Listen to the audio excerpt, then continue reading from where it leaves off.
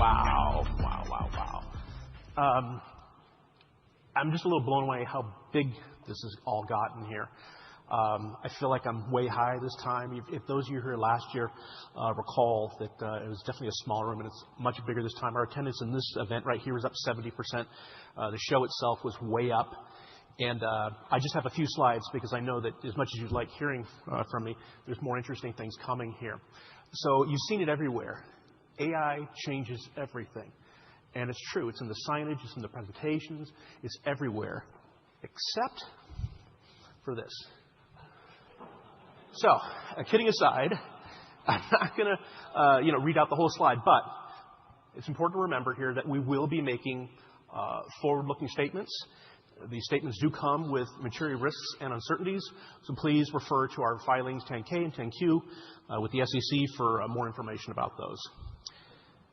You'll also see us using non-GAAP financial measures. A couple of the presenters today will be using those. So just as a reminder that they're intended to be used in conjunction with GAAP measures, and those can be found in our financial statements, of course.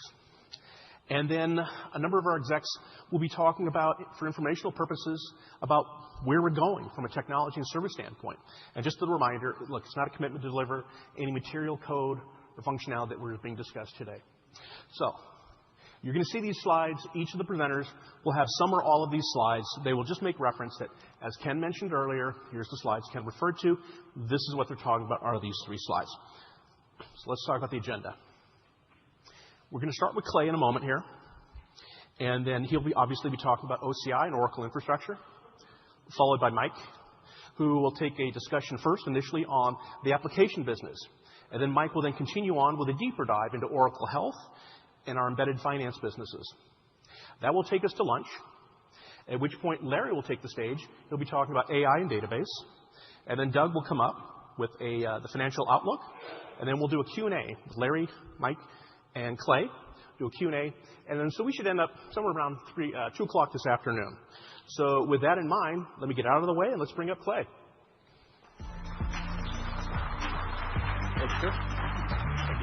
Thank you, Ken. Ken still has 1 minute and 37 seconds, which I was really depending on.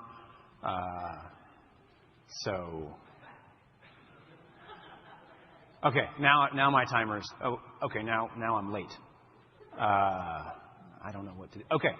Thank you all for coming. I really appreciate it. To give you just kind of a quick overview of how I'm going to go, I'm going to talk for what is going to feel like far too long. We'll then have a short section where Mark Hura will come up and talk for another section of what feels like quite some time. And then I'll have a bit more details on some financials, and then we'll hand it over to Mike. So we've got a few minutes. At the end of this, there's a few things that I want you to walk away with. I want you to understand the overall growth trajectory of the OCI business. Obviously, we've got myself, we've got Mike, we've got Seema, we've got a lot of people. Larry's coming. We're talking about a huge number of our businesses. I'm going to focus right now on the cloud infrastructure business. I'll be talking about the different segments that make up that business. And when I talk about these segments, obviously they're the ways in which we think about them, about how they grow, about who the customers are, about the products that they want, how they consume. So we'll explain that to you. I'll explain what's driving the growth in each of these segments, and also why those customers are choosing to invest more and more with Oracle. The main goal is at the end of this, I think you'll understand why we're so excited about where OCI is at and the great growth prospects that come ahead for OCI. Okay, so these are the slides that Ken talked about. I have to say that you can read them. Those are the slides. And one more. And one more. Now we're done. So, I mentioned different segments. So, this very simple equation of enterprise plus distributed cloud plus cloud natives plus AI infrastructure equals hypergrowth. And I'll go into each of these segments specifically, and I'll talk about, why we break our business up into those segments. The thing to get at a high level, though, is that all of these actually today have very good growth rates, but they're actually accelerating, right? And a big part of the reason why these different segments are all accelerating is because they're symbiotic. And I'll try to take a minute here to explain what I mean by that. Let's say that you have a customer that shows up, and they're an enterprise customer, the traditional customers that you think of when you think of Oracle, right? They have a long history with us. They're a database customer. They also have some of our applications. They might move those things to our cloud. As they do that, one of the things that they want is they want, obviously, the great functionality that we provide as Oracle. They also want other ISVs. Maybe they want some security products. Maybe they want some new advanced networking features. Well, as Oracle, we don't provide all of that, but we have great partnerships. I'll talk about some of those. And maybe you have a ISV that shows up, and, well, they're much more of a cloud-native company. And the demand from those enterprise customers brings those ISVs to our platform, right? And those ISVs join, and they can drive more and more overall compute and storage and networking consumption growth. And they're happy because they provide services that our enterprise customers consume. The same thing is true for our distributed cloud customers. The fact that we actually offer not just the public cloud that we have today, but the fact that we go out and we offer our dedicated regions in our Alloy business, that actually becomes an accelerator because our ISVs want that reach. So the fact that we have individual customers, say, in Japan, that are building their own clouds that they operate and sell to their customers, that also drives things like cloud natives. When our AI infrastructure customers show up, they typically start by consuming raw infrastructure, but they quickly move on up the stack. They start consuming more of our compute, storage, and networking products.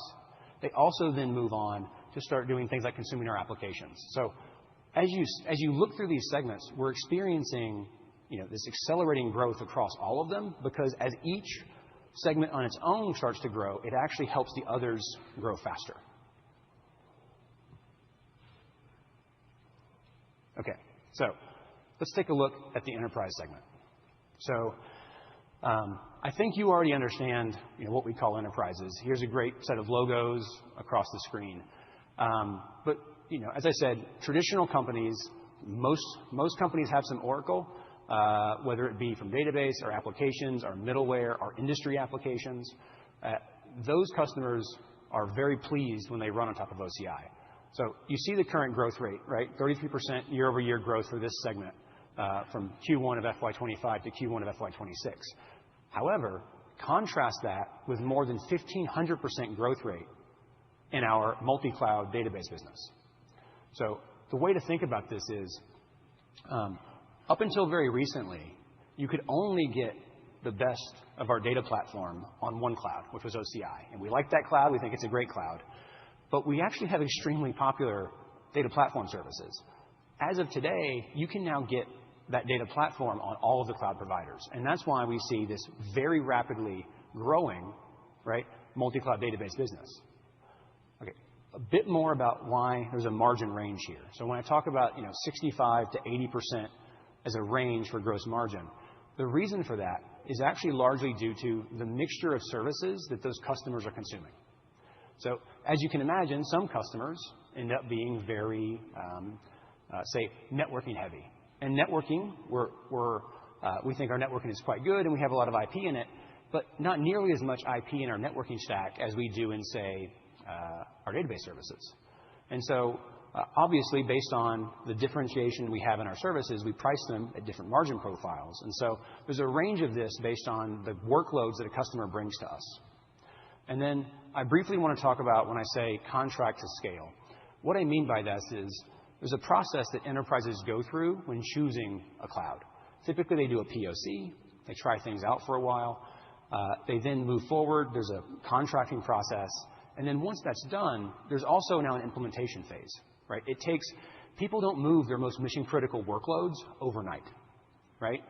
And so as we see the reason I bring up this contract to scale is that we see it move, the process of moving from initial product launch over to pipeline and then actually to committed contracts and then showing up as revenue. That process takes a certain amount of time for these types of customers, given the criticality of the workloads that they're bringing to OCI. Okay.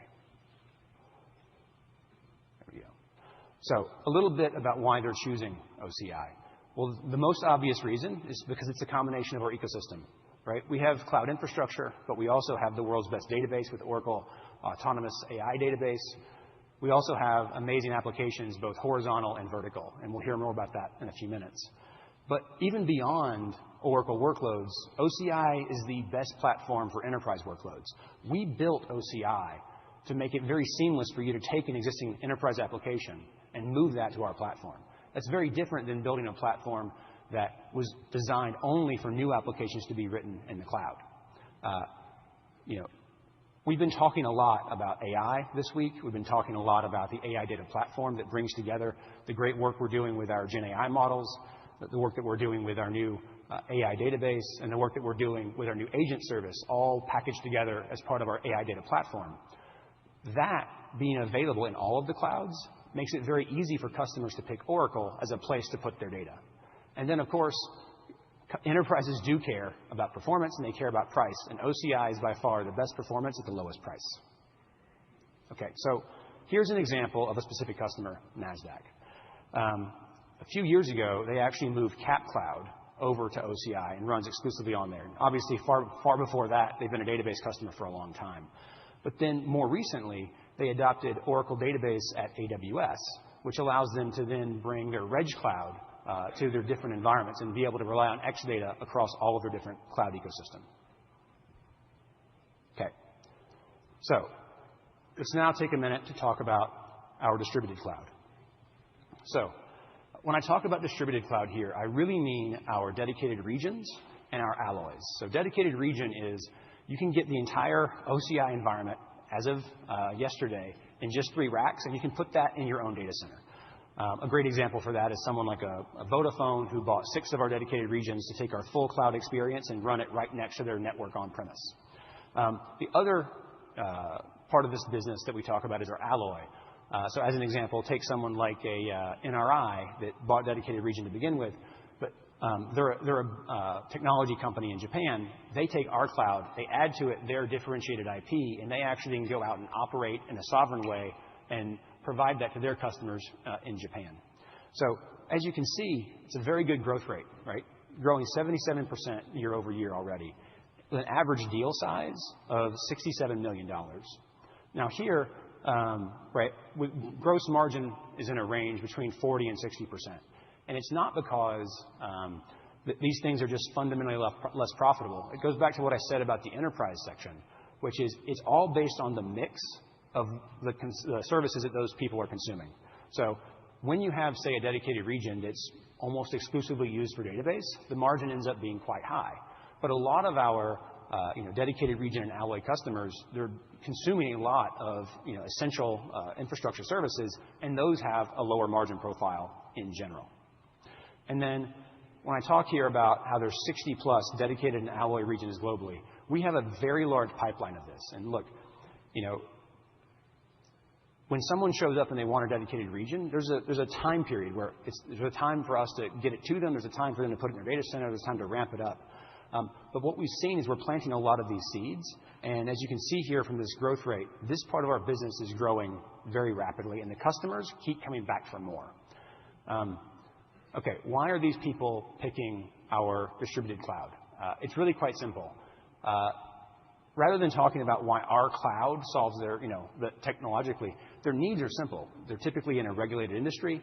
They need sovereign control, or they have things that they either don't or can't move to the public cloud, and they want the benefits of the cloud right next to it. Our distributed cloud offering is actually the only offering that solves these problems. Right? If you go to anywhere else, they have a subset of the cloud. You have to pay a lot of money up front. With us, you can get it in a very small form factor. You sign a universal credits commitment that allows you flexibility on what services you're going to consume. We can deploy it, like I said, in a small footprint very, very rapidly, and no one else offers a turnkey solution. The fact that, as Oracle, we both are in infrastructure and applications, that's something no one else does. And what that actually enables us to do with Alloy is we could not build Alloy and enable someone else to actually operate and run a cloud if we didn't have all this great work that Steve and his team had done with Fusion. So when we talk about Alloy, it's not just OCI. It's OCI plus HCM, plus our ERP system, plus our quoting system, plus Service Cloud. That way we can actually provide a turnkey solution. And then, of course, another part of the reason why people like our dedicated regions, and you'll hear Mark talk about this with, I think, some customer examples later, is that when they buy our dedicated region or they buy Alloy, it doesn't just our infrastructure. You can get a dedicated region, and then you can also run our differentiated applications, both horizontal and vertical apps, on that same infrastructure wherever you need it.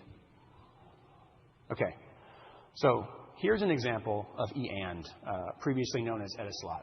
So they started a few years ago with a dedicated region. They then expanded to have a second dedicated region for disaster recovery. They then expanded by adding GPUs to those dedicated regions.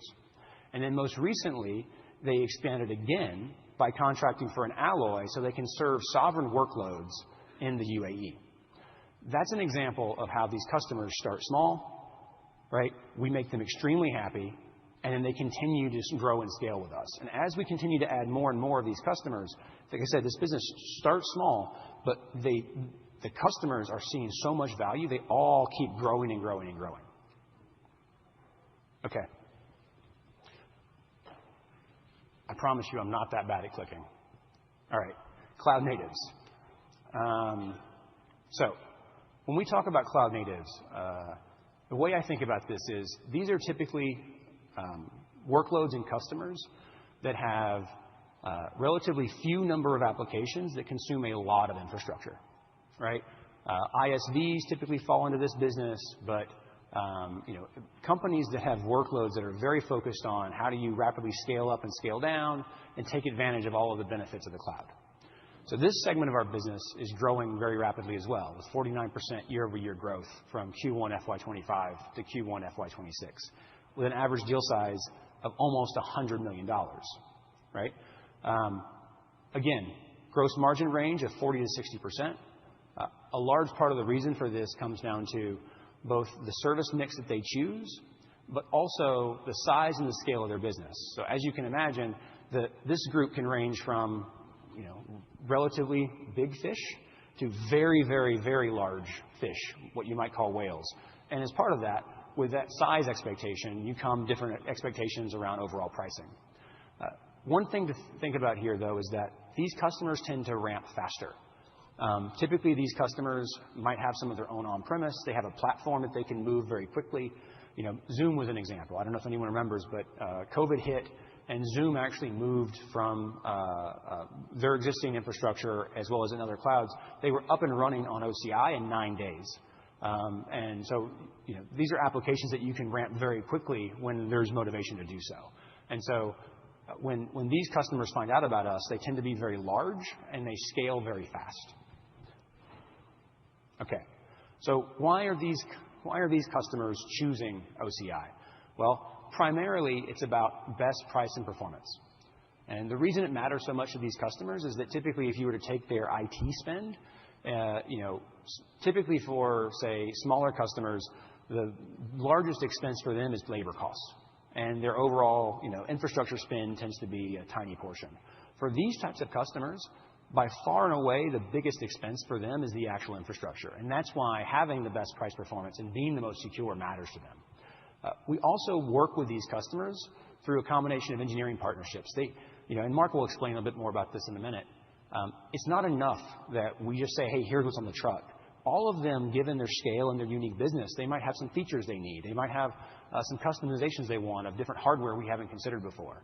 And the fact that as Oracle, we can actually go work with them, figure out how to implement all of that in a standardized way, right? Because what's important when we do this is that we don't fork our cloud where there's like an Uber cloud, which is different than a TikTok cloud, which is different than an OpenAI cloud.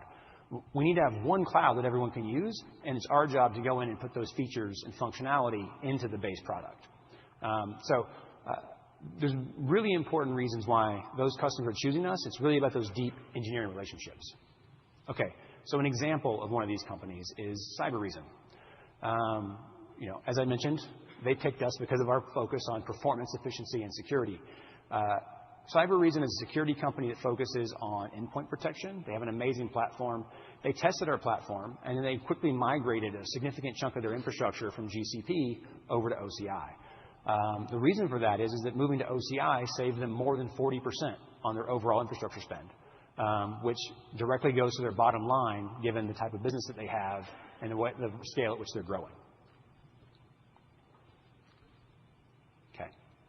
So now I want to talk a bit more about AI infrastructure.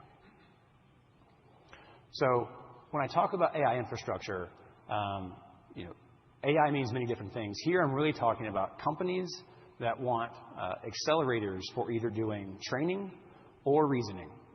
Both fit into this category. We have a lot of these customers, right? If you take a look here, when we say that there's more than 700 of these customers consuming on our platform, that doesn't mean there's 700 customers using AI, just to be clear, right? You hear Mike talk about it.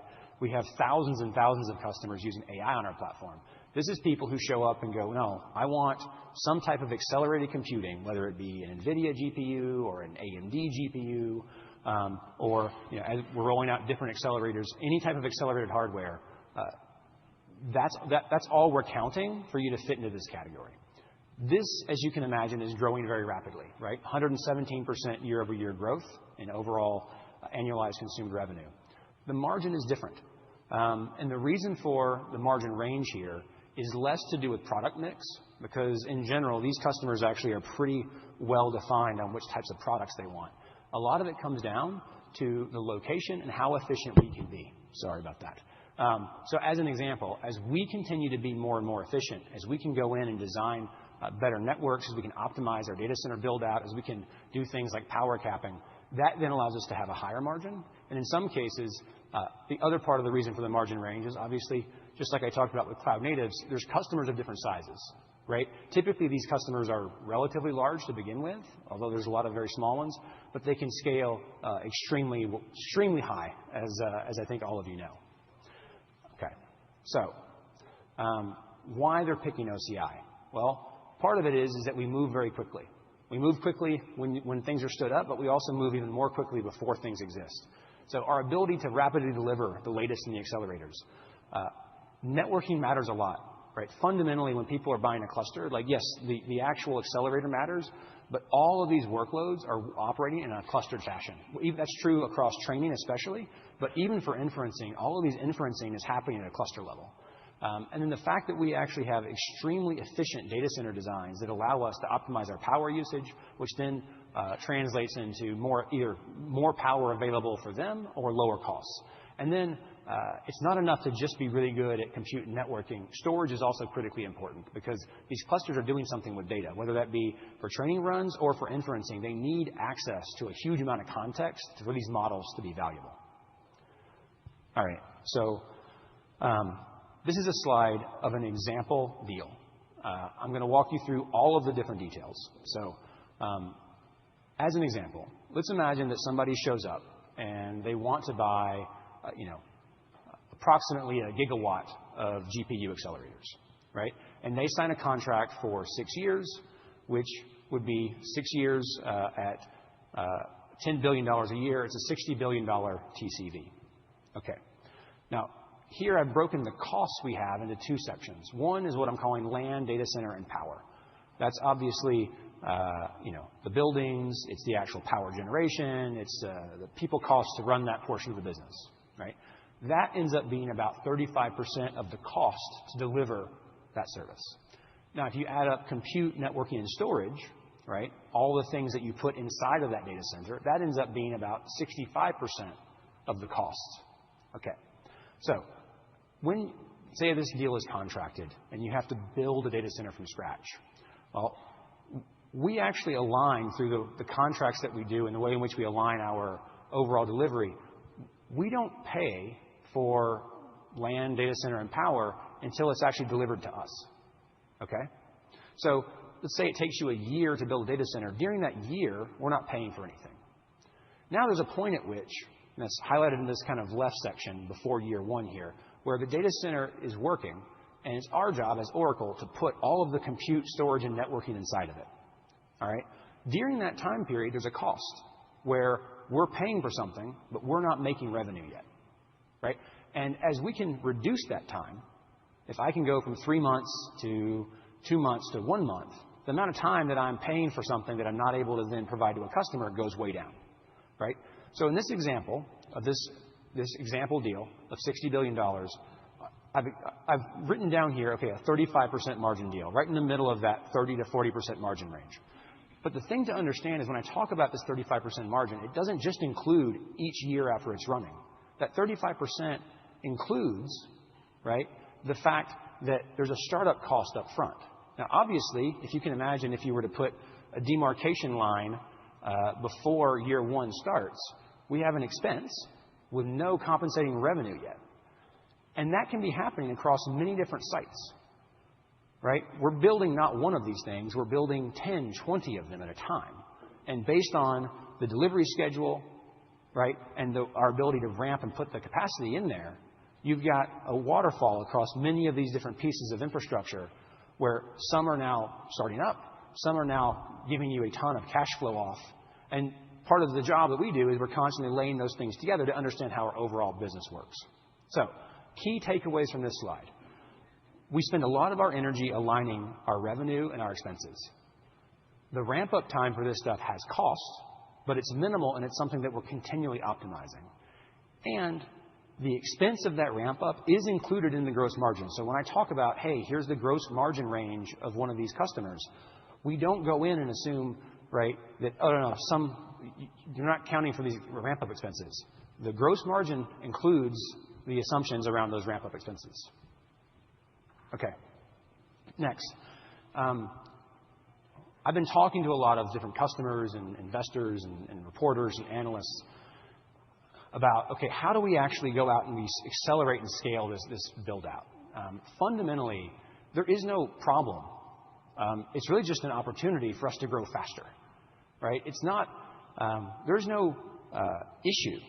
There's just opportunities the way I see it. So when I think about what a huge amount of my time and energy goes into, it's about how do we actually enable ourselves and the industry to grow faster, given the unprecedented demand we're seeing for infrastructure like this. And the way that we're growing faster is that we're actually pulling together.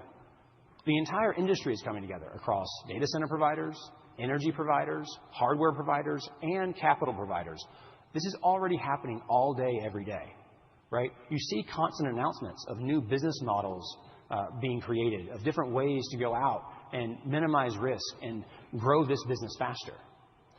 That's actually what's enabling the current growth.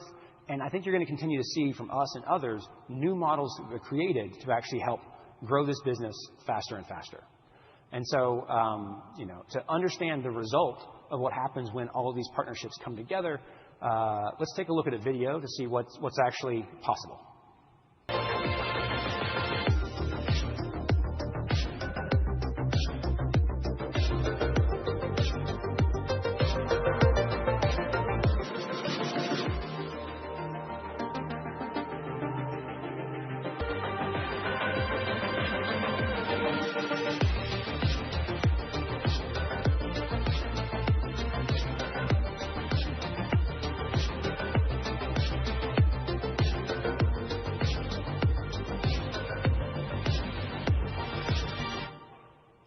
Okay, so what I'm going to do now is I'm going to kind of just walk you through a few pictures about the video that we just saw to give you some more context.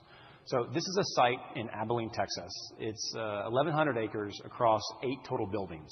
So what you're looking at right here, that weird kind of quad thing with this thing in the middle, that's actually what we call one building. I know to me, it kind of looks like 5 buildings, but it turns out that apparently we just don't have enough numbers. We couldn't get to that. Each of those individual pieces are data halls that are all part of one building. In this location, there are more than 6,400 construction workers on site every day.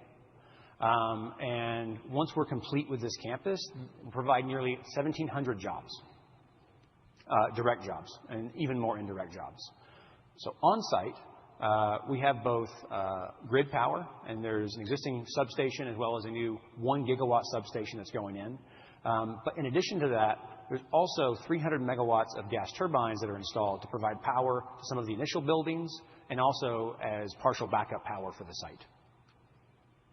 Okay. So we started building this in May of 2024, and the entire campus will be completed in the middle of next year. The workloads for the customer for this site, which is OpenAI in the beginning, went live less than a year after the construction started.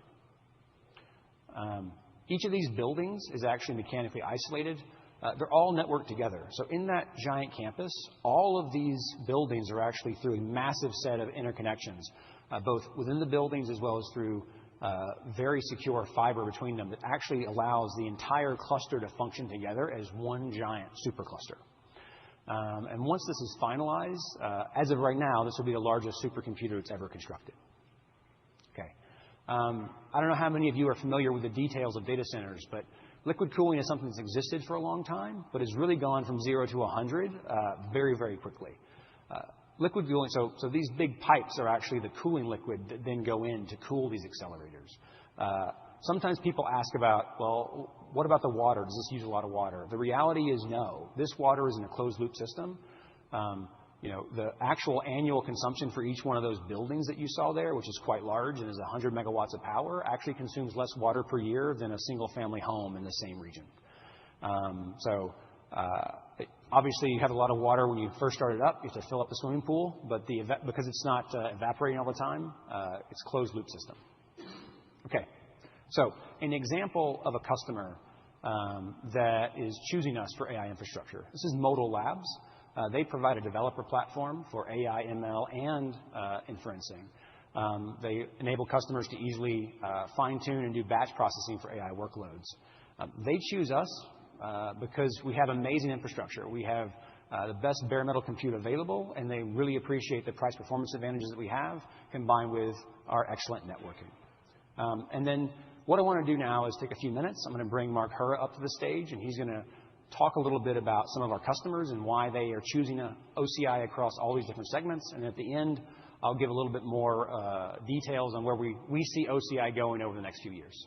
Mark? Thank you. That's fine. Great. I'm going to go left. I'll go middle. You go left. All right. We didn't arrange that yet. No. Okay. I did my job is really very easy. Hi, Mark.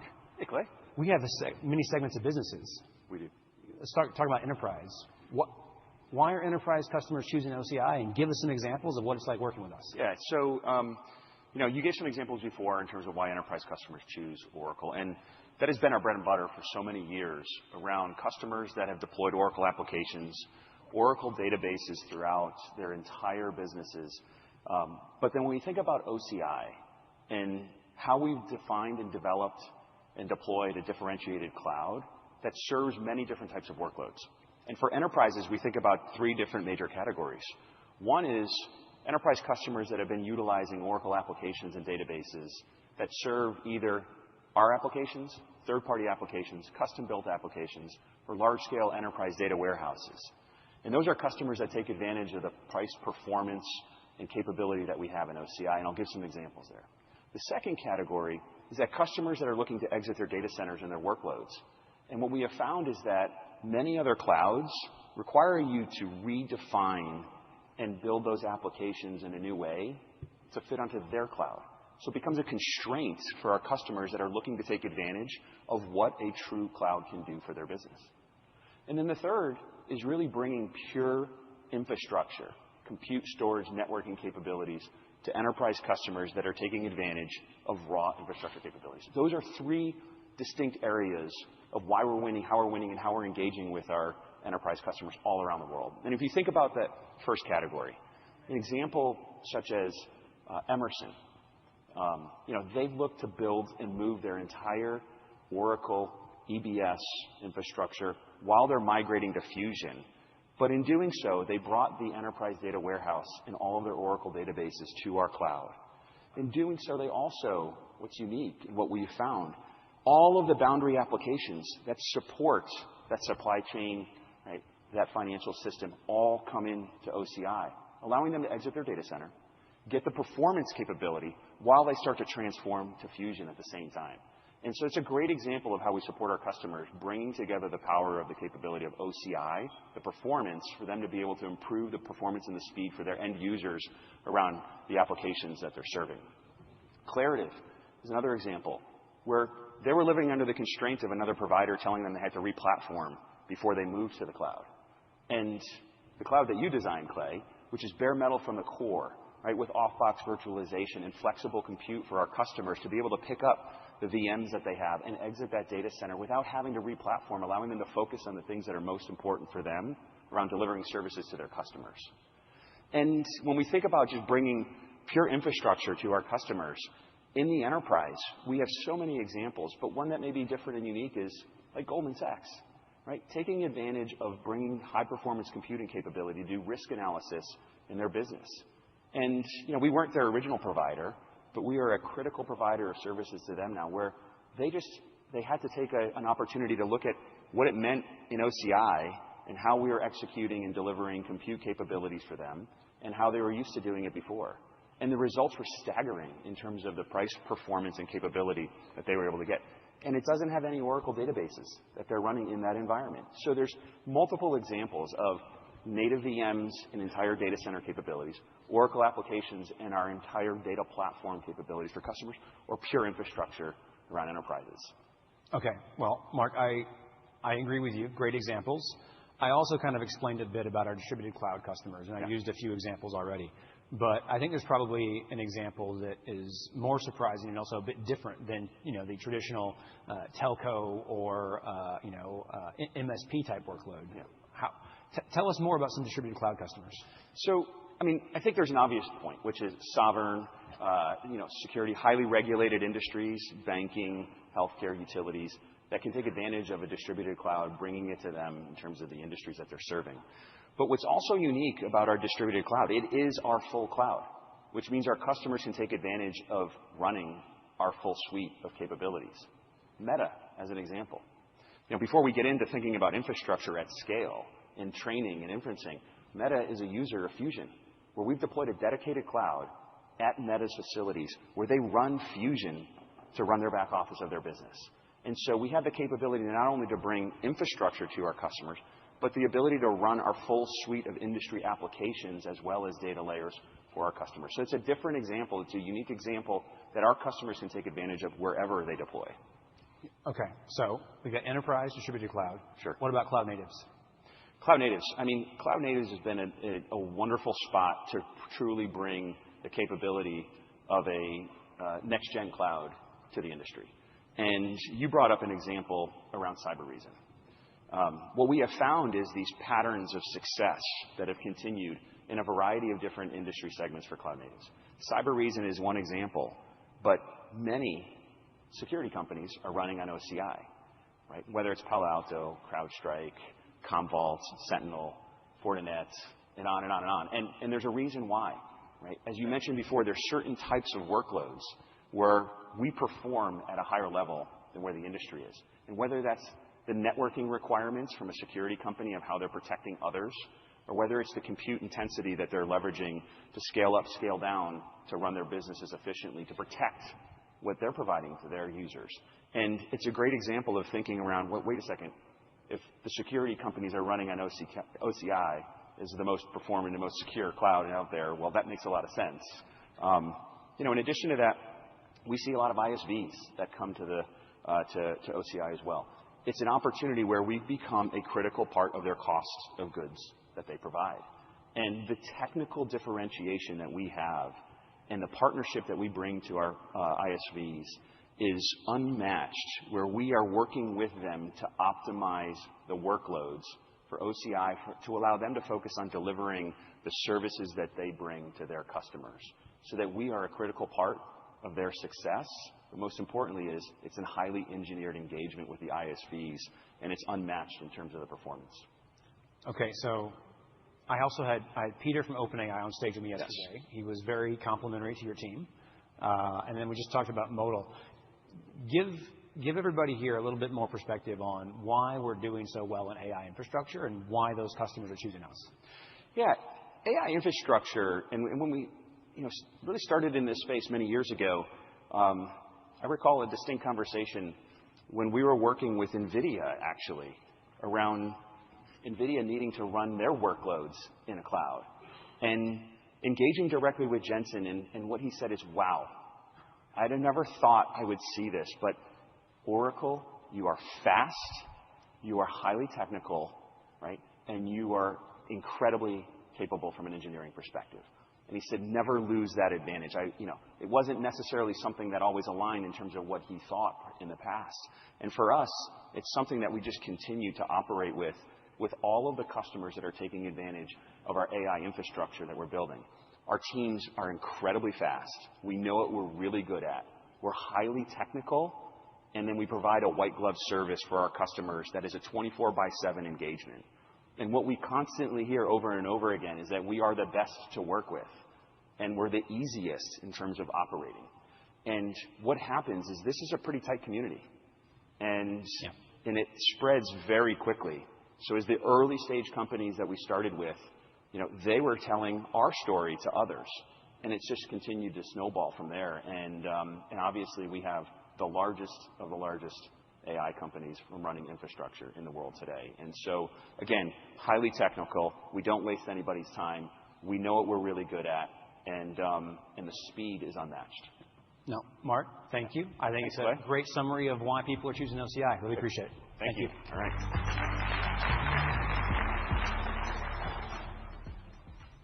All right. So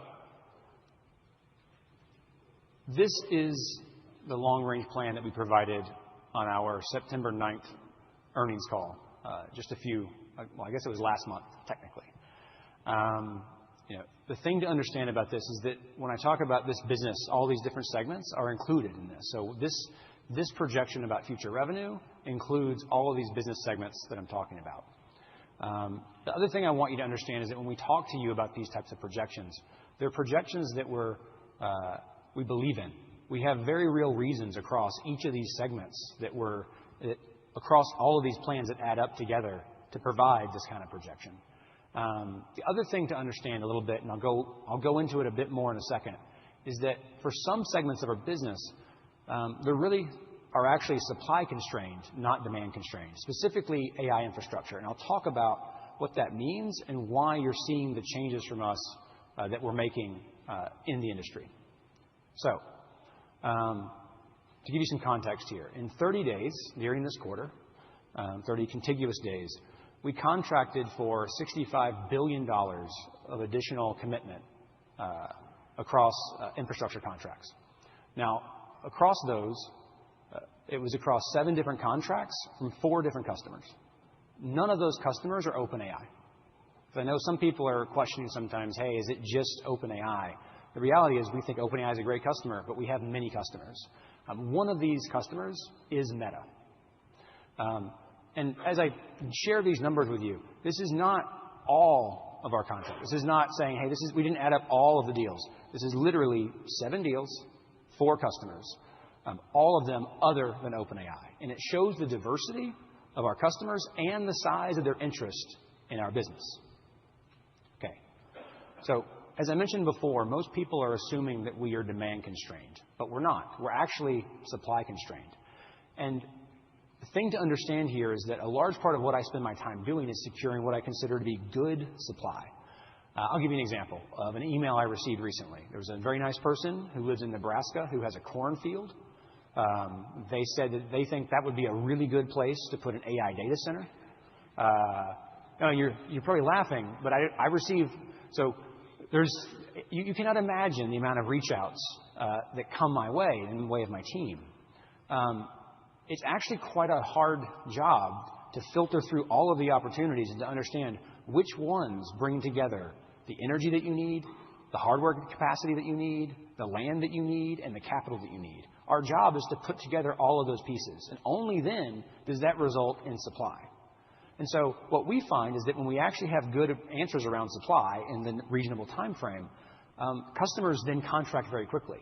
So, when we talk about the business that we're doing, it's not that I have this infinite supply over here of options, and I spend all of my time going to customers asking, hey, would you possibly want this? Instead, the customers have come to us saying, we would like a lot of stuff. And our job is to go find actual good supply that we can accelerate and deliver on the timeline that they need. That is what we do all the time. And once we have that done, suddenly the customers contract very quickly, and we're contracting with all the different suppliers to bring together these pieces so we can execute as quickly as possible. So as part of that, we're updating our long-range plan between now and our fiscal year 30. Again, the reason we're updating this is exactly for what I showed you 2 slides ago. As we find ourselves able to execute, our supply constraints, as we actually can go in, we have customers that want that. And that's part of the reason, too, and you see the change in these numbers, that it's a little bit easier for us to find supply, not this year or next year, but in subsequent years. So as we're able to find that supply, customers contract for it, we see immense demand, and then we go about delivering that to customers. Okay. The other thing I want people to understand is that, I talked about these different segments, and obviously the numbers we just talked about was the all-up number for OCI. But we're also extremely focused on our AI database and our AI data platform business. We are very confident in our ability to grow this very rapidly. Now, there's a few reasons for that. One of them is, up until recently, as I mentioned before, there was only one cloud selling our AI database and our AI data platform. And now we've transitioned to all of them. The other reason we're very confident in this projection, you'll hear more about that from Larry later today, is the huge investments that we're making into AI, into building out our AI data platform, only makes the previous investments we have and our customers have made into our database that much more valuable.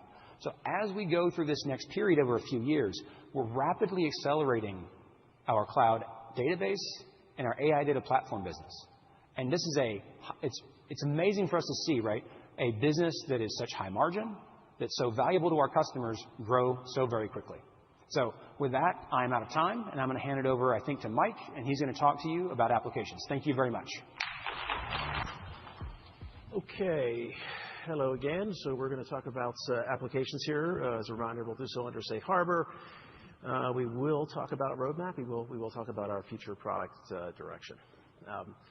So you've heard us say throughout the event here that AI changes everything. And I think what's really important to understand is that for all the reasons Clay just described, for everything that we're doing in OCI, our ability to deliver AI to our customers embedded inside of our application stack, and the ability to have just an unbelievable time to value, we think is unmatched. I think we've gotten to a point, Steve and I have been discussing this in the week, is that in our applications suite across the board, when you think about our Fusion applications, our front-of-the-house applications like CX, our industry applications, we're at the point where there isn't a difference between the AI version and the non-AI version. It just doesn't exist. And we'll go through some examples of some of those things. We're seeing, particularly in healthcare, we just went generally available with a new EHR. It's all AI. You can't choose not to consume AI to actually run the application. Now, if we didn't make all the investments we've made, if Clay and Mark were out there, attracting all these wonderful models to OCI, we would not be able to deliver that as a package service. And that's one of the things that I think when we see in the application market, when people say, well, maybe there's not an ROI on this stuff. Actually, I think it's because they're trying to stitch too many things together. They've got too many vendors involved, and they get right back into this old mantra of a very large implementation, a very large time and materials implementations, which frankly customers are losing patience for. That's not at all what we're doing. We're actually winning more customers because we're shifting our focus to outcomes. We're winning retail customers in Germany. We're displacing them from SAP because we have an all-in platform of Fusion merchandising plus our retail applications. Our customers are achieving more. Our customers in healthcare, and I'll go through this example again, it went live with our AI agents. Within 3 weeks, the ROI in terms of return, the return on time spent with the system was 50%. Right? It wasn't small. It was by half, an order of magnitude by half. And the fact that we're delivering that as a service has been really just, we think, game-changing. And along the way, as we rely on all the OCI tech, we're also doing quite a bit with the AI data platform. And to make a long story short, good things happen when all the data is in one spot. And that has expanded our ecosystem such that we're not just talking about automating entire industries, but actually automating how those industries communicate with other industries. And we'll go through some of those examples in just a bit. But to dig in, Steve, if you could maybe take us through all the great things in Fusion that we've got with AI to start us off. I can do just a couple of the great things in Fusion, Mike. Thanks. So first off, let me just give you an update on our customers. So I think you'll find, and hopefully you've seen this week just by walking around, we have a who's who of the top customers, the top brands globally, by industry, by what I'll call heritage, meaning people who've moved off of e-business suite, PeopleSoft, J.D. Edwards, Siebel, SAP, and a variety of other third-party applications. I used to show this slide really to show some credibility of Fusion and how Fusion is real. I think now it's unquestioned that Fusion is the market leader in terms of cloud-based applications. The reason why I show this slide now is twofold. First off, the growing trend of what's happening is customers are going to phase 2, 3, and 4 of their projects. They started in ERP, they're adding HCM. They started in ERP and supply chain, they're adding CX.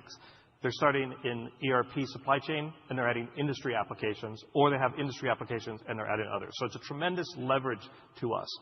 But more than that, the referenceability and the case studies we have in the customers. So just this morning, I was talking to a major airline who owns a variety of subsystems who have dozens of ERP systems.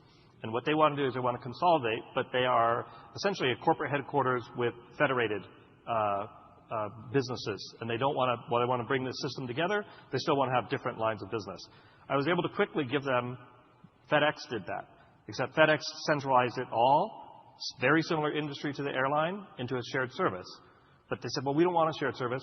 No problem. That's exactly what DWP and the UK government did. Brought a bunch of government entities together, but had federated ownership. And as it turns out, this airline had already met with DWP at this conference, shared their use case, and are going to now connect with them offline and follow that same program. So this is not just a customer base that's buying more products. This is a customer base that's talking to each other and helping us expand and helping others expand and succeed. It's just a tremendous, tremendous success story for all these customers, including AI and including Oracle AI. Now, safe harbor aside, and Mike said we're going to talk about futures. Everything I'm going to talk about here in Fusion is not futures, is today. So as one example of AI being today, we start first, as always, at Oracle, our own use case. And we have, as you guys all know, a world-class finance organization, and we talk a lot about our efficiency of close and our speed of close and reporting. Well, we've just made that much better. Our internal finance group is rolling out our ledger agent. They're rolling out our payment agent. They're using AI to take an already extremely efficient group and fast group and make it more efficient. We've implemented agents across HR, and even in functions we never really had, like HR benefits, goals and functions, using AI to improve there. And then for our support business, handling the support tickets, all of our external customers now have AI agents both on the front end to deflect SRs and questions, and for our assistants on the back end so that our support agents can better find the answers and service our customers. We've just rolled out those agents. Already we're seeing faster time to resolution, less people intervention, meaning less cost to us, and more accuracy of the resolution, and it's resulting in greater customer satisfaction on the SR surveys. So we're Safra's mantra, we're paying less, and we're doing a better job of it through the AI agents. And those are just 3 examples at Oracle. Now, what I talked about at this conference last year was that we would have 100 AI agents in Fusion. We actually have 600 AI agents, 400 plus in Fusion, 200 plus in the industry verticals. But that is a massive understatement into AI, because what we've built is an AI ecosystem across Fusion. One are the agents that we built internal to Fusion.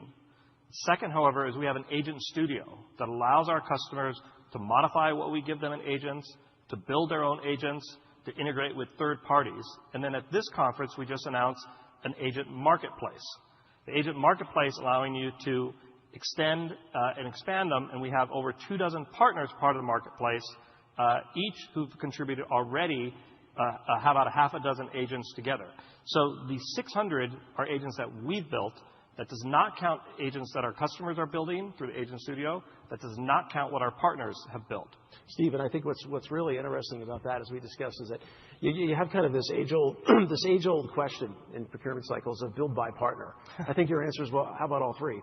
Right. You can build your own agents, you can buy partner agents, or you can buy our agents, but you're doing it on the safety and security of a single platform, right? It's still not this idea of stitching a bunch of things together and bringing a bunch of bespoke Well, I think that last but is a significant difference because in theory, could you use a third-party agentic framework and build agents on top of Fusion? Absolutely. However, when you build Fusion agents on top of the agent platform or use ours, the context is there. So it knows Mike Cecilia. It knows your role within Oracle. It knows what you can see and what you can't see. I had no access. I tried to. Now you have all access. But let me pick a different example. When you're Steve Miranda, you have somewhat more limited access. So it knows.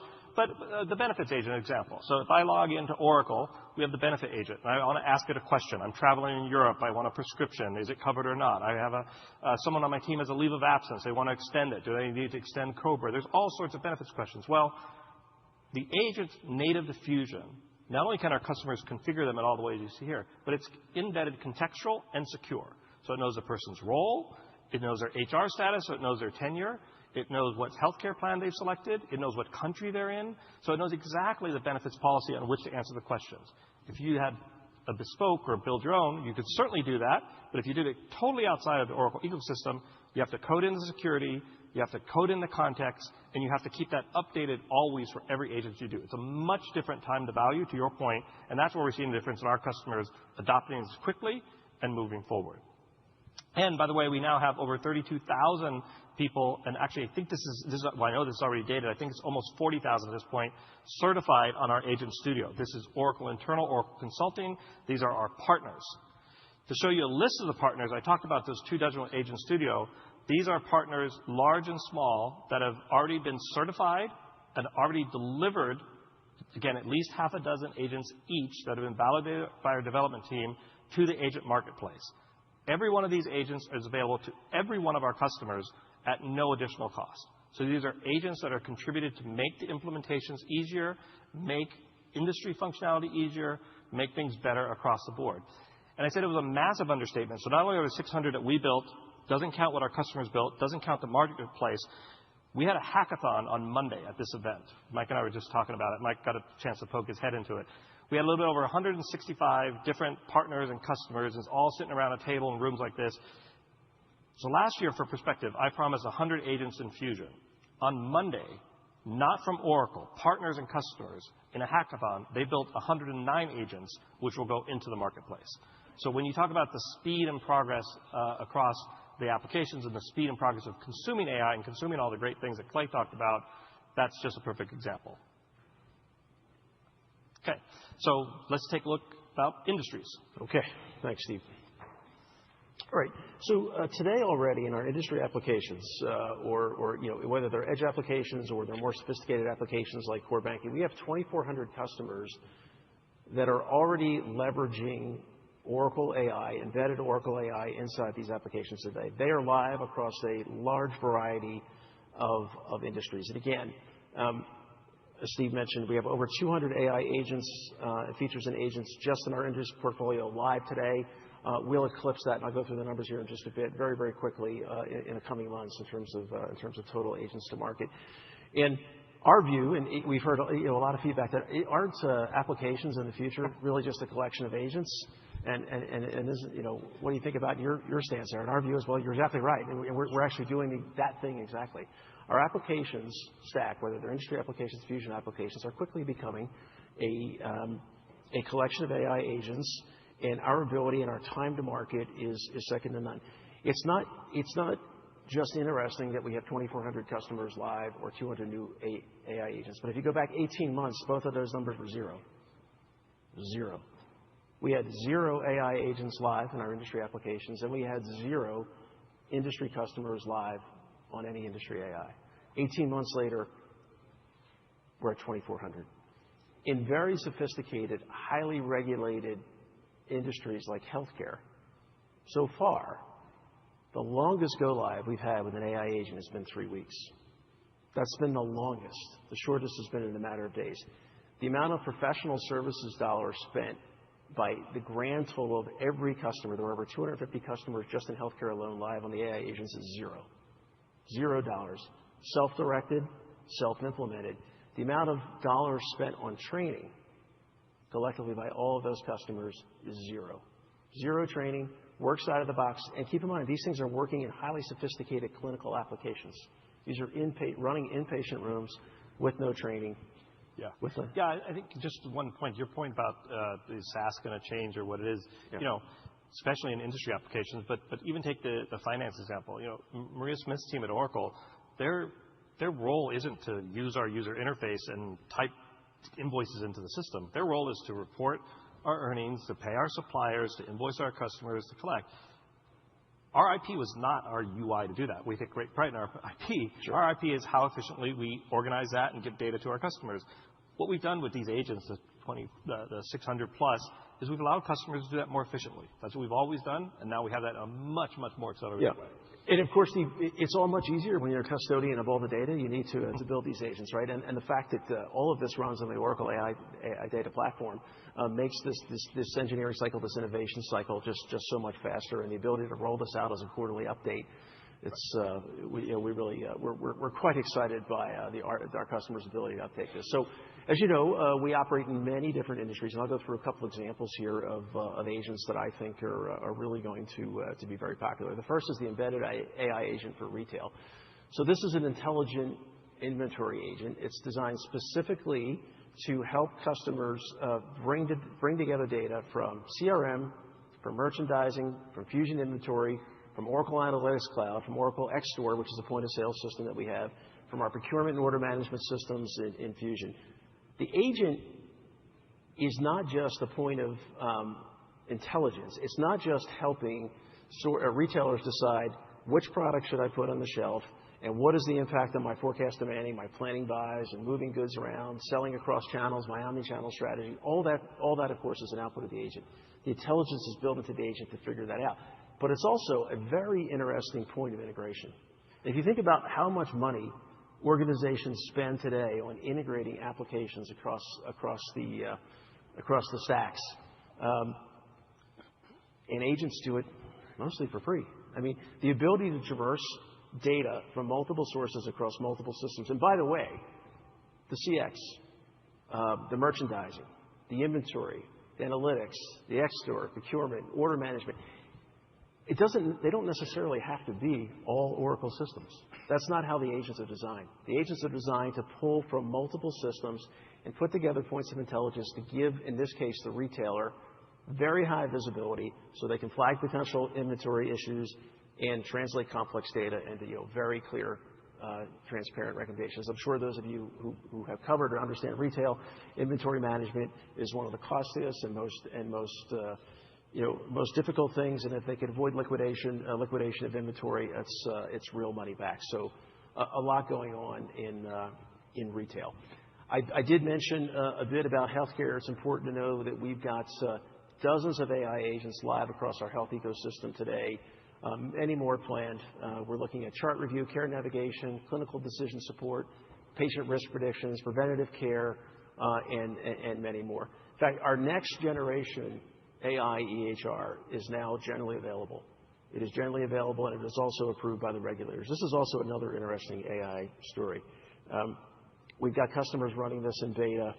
Seema is going to talk a little bit more about this as we go forward and why we're so excited about this. And the feedback has been absolutely tremendous. You remember that these customers are coming from literally a Windows 95 Citrix experience to agentic AI. That's the leap of technology that we see in healthcare. And the feedback, it's not just a great business, and it's not just going to be a great growth engine for applications, but it's actually an emotional piece as well. I mean, the feedback that we get from providers and patients is this changes my life. It changes the way I practice medicine because you've actually given me a tool that helps me, not burdens me. And we've got a lot of competition in that market. But if you break it down and you think about AI as powering EHR, the one question I ask our competitors is, well, let's see, how many fuel cell power plants are you building on site right now? Because if you're not doing that, probably not going to have as good of a chance to be closely provisioned to a large language model and to apply reasoning models and all the things you actually need to make this work at scale to automate an entire hospital. Takes usually, the regulatory cycle for approval for electronic health record software today is about 2 to 3 years. So it takes about 2 to 3 years to get through a regulatory cycle. And you get this self-fulfilling prophecy. Because the cycle is so long for approval, people end up running very old technology for a very long period of time. because the pain of switching is very high. We were able to get through the full regulatory cycle in the United States for this in 6 months. The reason we got through the regulatory so quickly is because we actually used AI to generate a lot of the documentation. Now, we cross-checked it. We have a baseline. We make sure it's right. We make sure it's accurate. But it's actually saving us a tremendous amount of time and putting us in a position to be able to bring these products to market, particularly in heavily regulated industries like healthcare and banking and utilities, where there's a very large burden of documentation to actually bring products to market. Because in healthcare, you've got federal government regulations, but you also have state-specific regulations. California is different than Texas, for example, in terms of some of the things you need to do for Medicaid compliance. We're actually able to automate all of that process across our industry applications and bring these products to market. And in such, we think that regulators are actually happier with that as well. They're actually happier to receive more timely information. They're actually happier to reduce the burden on them in terms of having to review an incredibly complex set of documentation. I'll switch gears now to banking, which is a really, really interesting business. So, Steve, I know the Fusion applications are a very popular choice among big banks. They have core ERP systems, HCM systems, and the banks have largely had an appetite to move that to the cloud over the years. Now, when we talk about core banking systems, for lack of a better way to put it, the stuff that moves money around inside the bank, there's still a lot of mainframes, still a lot of mini, there's still a lot of very big iron running these applications. And we are definitely, if you look at core banking applications move to the cloud, let alone move to AI. Okay, just think about just the first step. You're in single-digit percentages in the terms of that has been moved to the cloud. But as we said this week, AI changes everything. So the future of what we're building in helping banks move away from large on-premises bespoke applications is with an agentic approach. And we see this as a tremendous opportunity to unlock our core banking install base and actually to win new customers in the shift to the cloud. Again, very, very difficult in a highly regulated, very sophisticated application space like core banking, unless you're doing all of it. It's going to be very difficult for competitors to come in, we think, with piecemeal applications and stitch stuff together to make a core banking AI solution. So just in the next year, at most, just in the core banking space, we'll have 125 agents live. And I'm going to go through some of those here in just a minute. Just in the next year.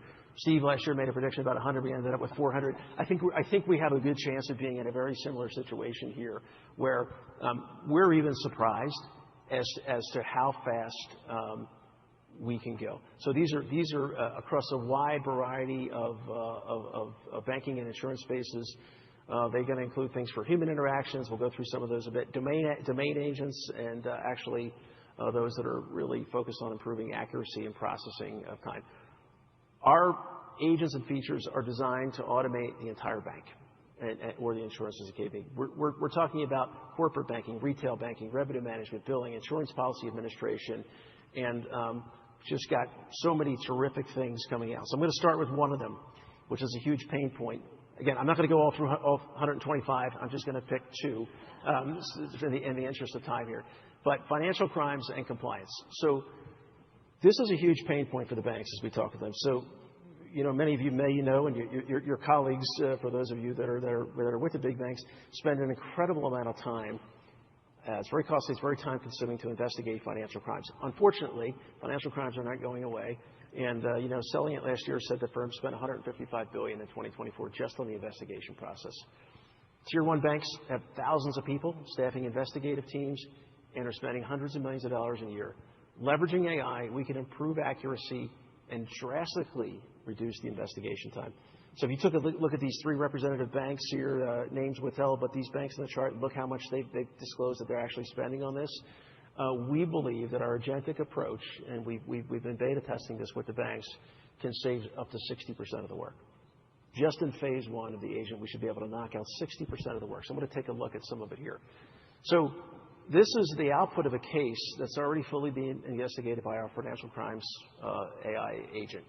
And without the agent, the investigator would have spent hours, days, weeks opening this case, digging through the details, understanding the parties, their professions, and whether they had prior activity with the bank. With the AI investigator, the initial groundwork, it's already done. Before the investigator even opens the case, it's done. And we can immediately see, hopefully you can see on the slide, that this individual is, in this case, a retired nurse on a fixed income, and that she's had prior cases where suspicious wires were sent to unknown parties and they were blocked. Now, the AI investigator is going to give the investigator a total overview of the case. It's showing patterns, it's showing activities and typologies, and things like funnel behavior, repeated wire deposits, withdrawals to high-risk jurisdictions, and then I have the ability to see all of that over time. So the investigator runs through this, decides and whether or not they agree with AI, with the findings, and if they want to dig deeper, they're certainly able to dig deeper manually. But the interface is going to show them all the relevant risk factors, and it provides a very clear narrative of what was observed versus what wasn't observed. And if the investigator agrees with the AI agent, they can finalize the decision. If not, they can intervene. The system's going to guide them through all the various views so they can quickly see what happened and why. Now, the UI is built for the investigator to feel confident about decisions. This is just exactly the same way our AI works in healthcare. Not replacing the doctor, not taking away from the provider, but actually showing the provider, in this case, showing the investigator exactly how the decisions were built, exactly where they came from, and the investigator is always in the loop. So the person still signs off on this, but if you could do your job 60% faster as a result of this, I think we'd all be happy. So this is a really powerful shift. We think it's a perfect application of AI today in large banks. This is all generally available and really much easier for our customers to absorb because we're supplying as a service here the whole stack. It's OCI, it's the database, it's the core banking applications, it's the analytics, it's the generative AI data platform, the large language model integration, which wrote all the narratives here. In this case, again, if you're the custodian of all the data, it's so much easier to bring these type of agents to bank very, very quickly. All right, so I'll show you another one of the number 2 of the 125 is our retail banking agent. So we're going to use AI here to improve both customer and bank experience and streamline a very critical business process. So ordinarily, the process of providing a personalized service to an individual customer inside a bank can be quite complex. I mean, banks, like all businesses, want to provide as much personalized service as they possibly can. But with AI, we think we can actually help the banks get to that more personalized consumer experience when they want to position exact services like loans or even before the customers may know they need them. So we've got a video here that we're going to play to show this agent. Meet Grace, a retail banking customer who wants her bank to quietly have her back every step of her day. And Davis, her banker, determined to make every interaction meaningful. AI connects them in ways they don't even notice. Grace checks her AI-powered dashboard to review her net worth as she researches personal loan options. Based on her preferences and spend pattern, AI identifies that she will have a cash deficit in the near term, and accordingly, the product recommendation agent scans through all eligible products and offers the most relevant loan products which suit Grace's requirements, and has lined them up for her to review. The personalized product agent chooses offers, helps compare products, and draws up a product summary for easy consumption. With a few taps, the smart application agent lets Grace upload her documents and initiate her application. The personalized repayment plan agent draws up a personalized repayment schedule based on her cash flows. It identifies additional cash availability in November, increases the corresponding installment, and she checks and accepts the plan. The application lands with Davis, the banker. Davis logs in and looks at his AI-powered dashboard, where his day is organized and the proposed schedule is planned out for him. He returns to reviewing Grace's loan application. The application tracker agent clearly categorizes the loan application by risk, completeness, timeliness, and approval probability. The credit decisioning agent also helps improve his due diligence with the responses to a qualitative scorecard based on Grace's application. The agent auto-approves the personal loan based on Grace's credit profile and with a risk-based pricing discount in minutes. Davis uses an AI-first ecosystem of experience and domain agents to streamline tasks, manage risks, and deliver personalized services, reinforcing his role as a custodian of trust. AI also integrates the bank into Grace's lifestyle, offering conversational engagement and tailored services supporting her financial wellness.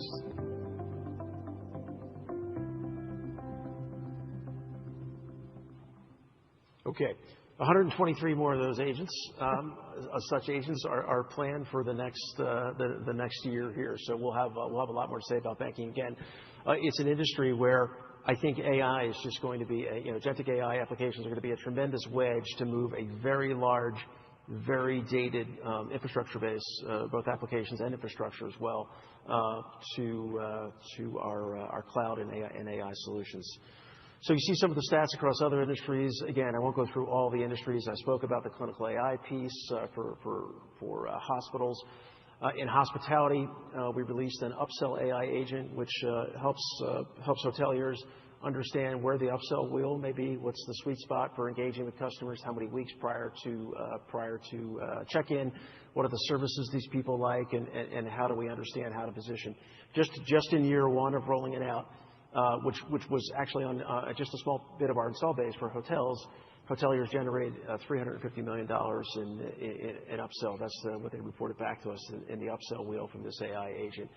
I spoke about the financial crimes and AI investigator. We just rolled out a brand new agent for energy optimization in our O-Power stack.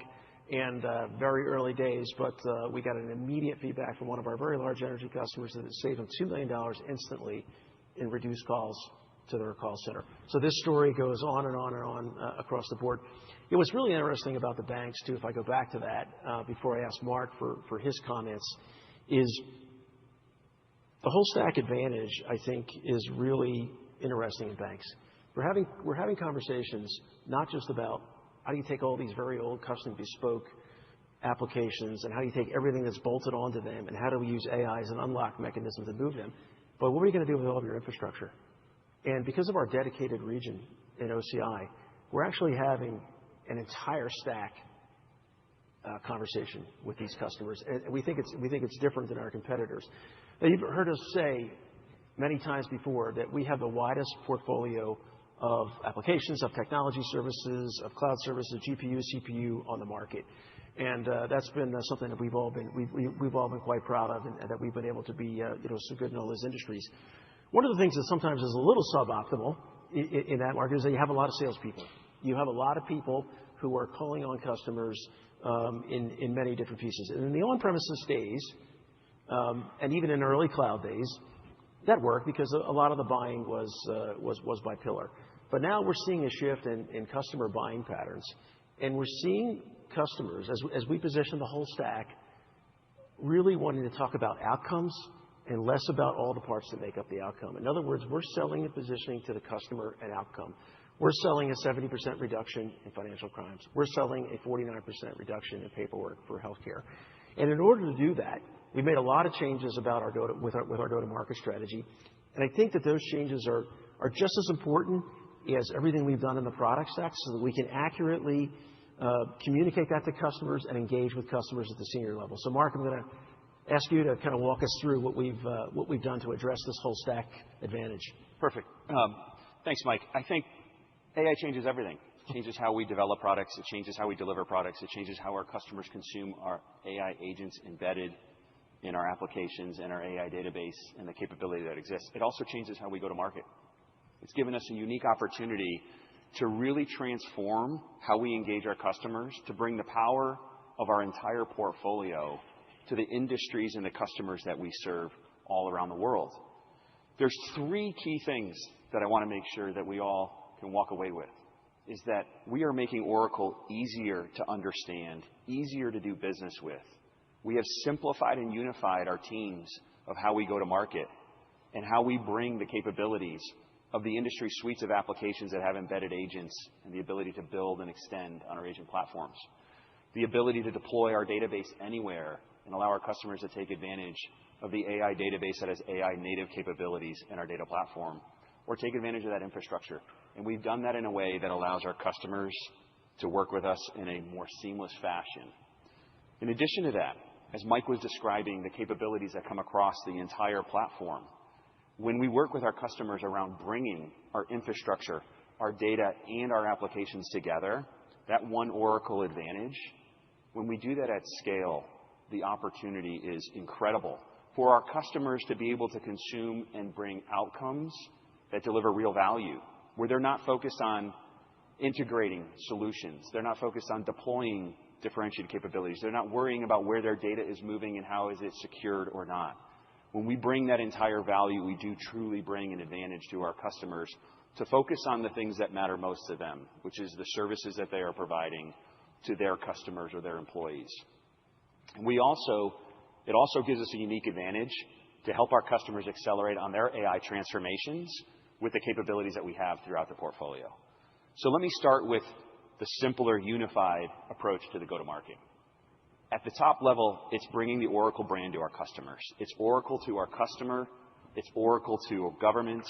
In some cases, it's Oracle to countries around how we bring the full capability. And that may be, in certain instances, bringing our cloud to the customer with the full stack capabilities that exist. If we really think about our commercial teams, and AI didn't allow us to say we're going to reduce the commercial teams. It allowed us to deploy our resources so that we actually have more sellers in front of our customers that are bringing meaningful solutions for them.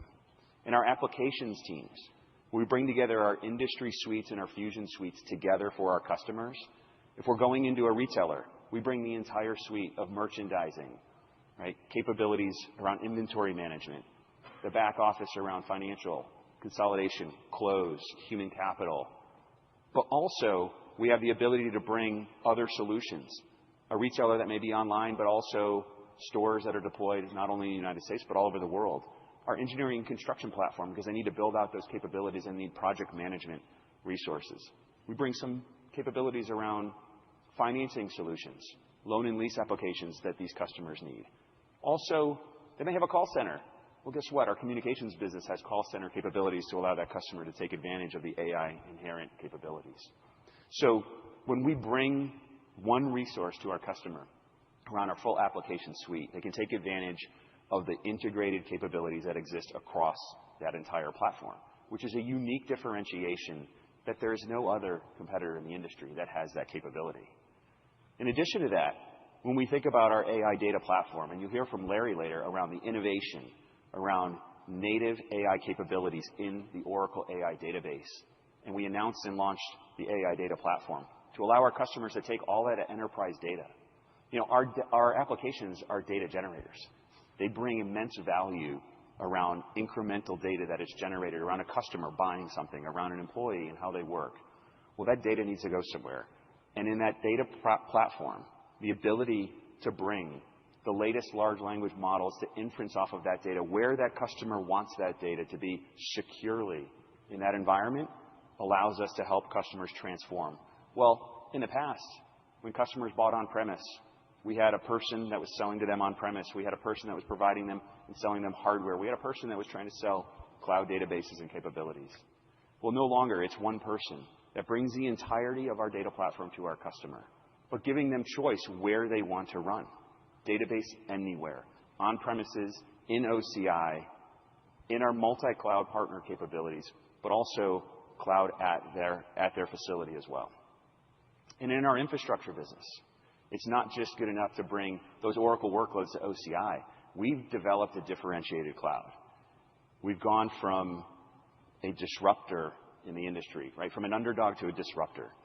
And bringing compute, storage, network capabilities at a differentiated level to our customers allows us to be the destination cloud for many customers that have critical capabilities around high networking, high compute-intensive workloads. But also, we become the destination cloud for training and inferencing, where we now have the ability to bring those models to the customers wherever they choose to securely and inference off of their private data. But again, the opportunity to bring the entire stack to our customers is differentiated, that no one else has the capabilities of this entire stack. We've never truly taken advantage of bringing it all together, and we are now.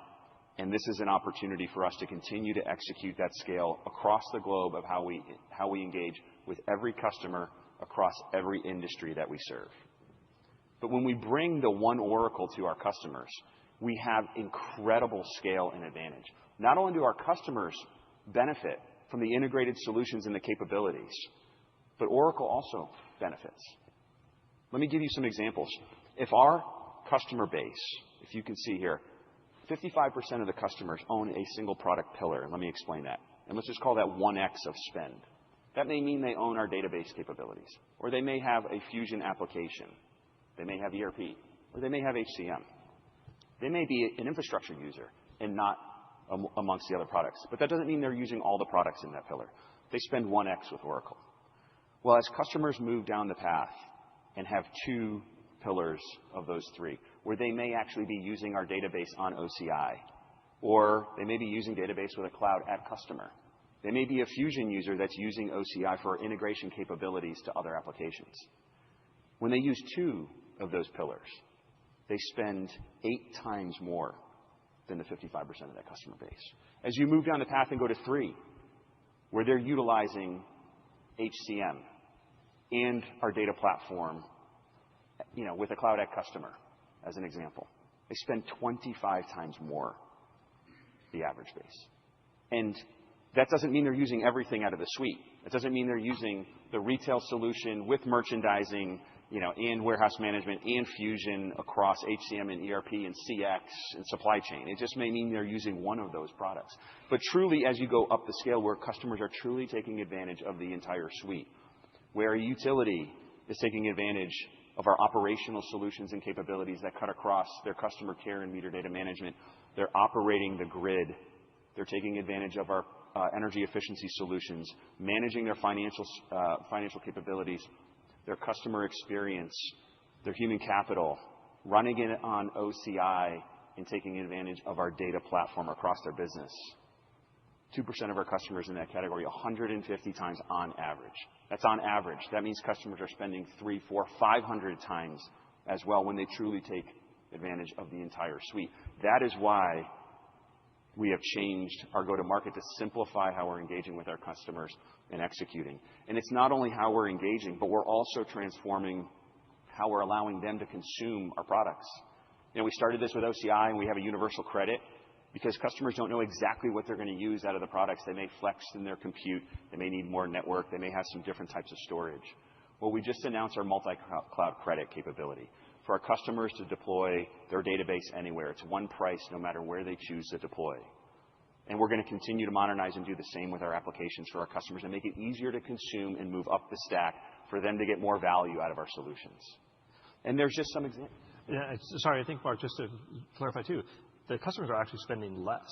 They're just spending more with us. Oracle. Correct. Because what Mike talked about, the single stack advantage and all the engineering and putting all the pieces together, instead of customers having to stitch it together and spending the money between that, they get 2 components, 3 components, and more that Mark shared. And it's not, and in any one of these categories, on a standalone product basis, Oracle is still rated as a top product and capability in that area. So bringing it together does not sacrifice the customer's capabilities, but it truly takes advantage of all of the integration that exists across the platform, where customers can blend together different solutions and take advantage of capabilities across industries, and whether that's in financial services, along with our Fusion platform and our data platform.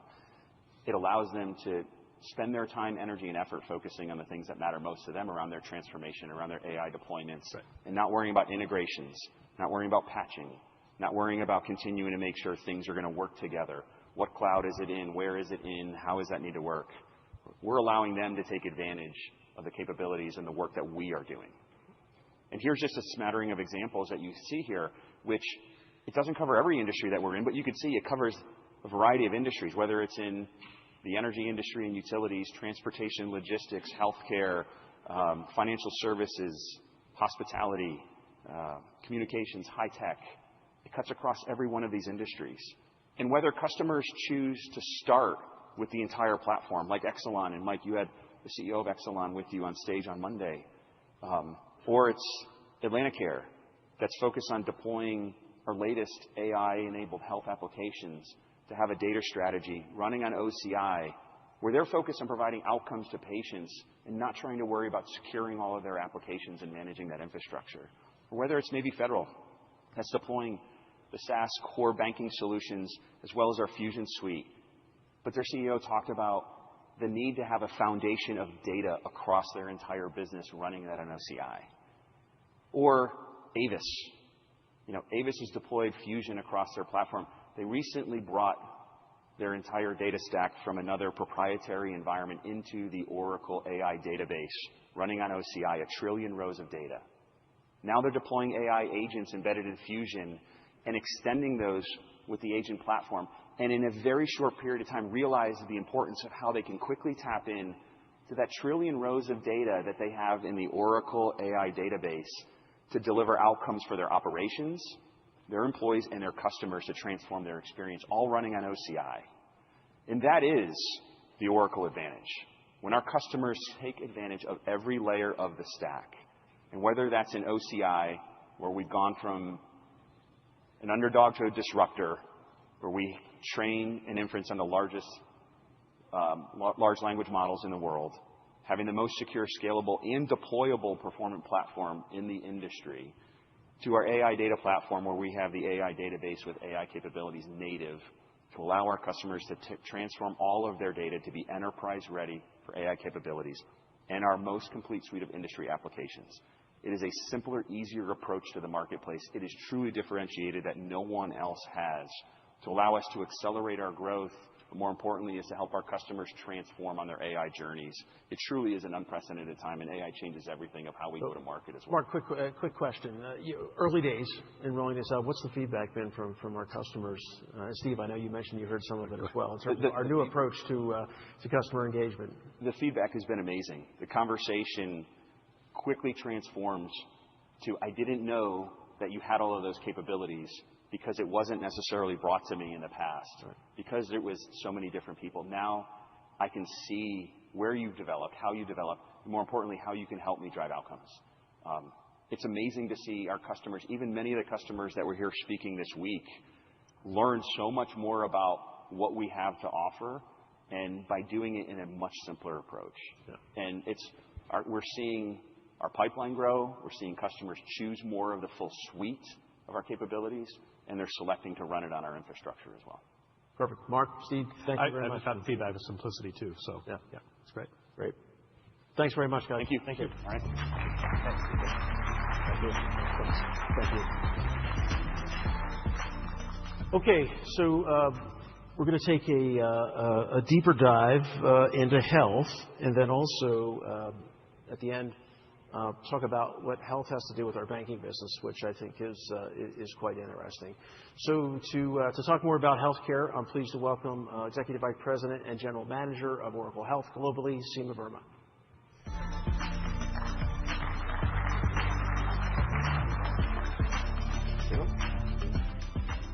Welcome.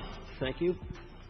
So, Seema, healthcare continues to be front page news everywhere in the world, usually not for great reasons.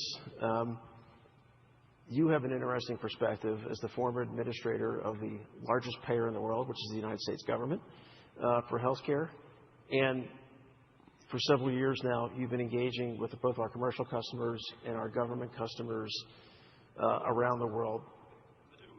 What's going on? What's top of mind for everybody in terms of the challenges and problems with costs and all the other things we read about? So, I've been in healthcare for a long time, but I think that this particular period, I think, is becoming more challenging. And let me just start with some high-level issues that I don't think we contemplated, not in this country or anywhere in the world. First, that starts with just the aging population, and people are living longer, which is a good thing, but we really haven't prepared the system. We don't have the workforce. So that's becoming very challenging, and I think most of us would say, hey, it's hard to get a doctor's appointment, so just getting into the system. And then the other part of it is we're seeing more disease. We look at in terms of mental health, we're seeing cancer happening in younger ages. So the system in and of itself is very stressed. At the same time, we're seeing costs just continue to rise. And for governments, this government, all governments around the world, this is just becoming unsustainable. So if we look at healthcare costs for states and a state budget, Medicaid is actually their largest budget item. For the federal government, it's a third of the federal budget, and these are entitlement programs. So costs are continuing to go up, and I think there's a fatigue from government around how do we solve these problems. And if you look at the history, just in the United States, the history of healthcare legislation and how government has tried to solve these problems is they've thrown money at the problem, right? So they've expanded programs, they've added more services. We think about the Part D program, the prescription drug program, adding more people to our existing entitlement programs. I think we're getting to a point, kind of a tipping point of fatigue with how the system operates.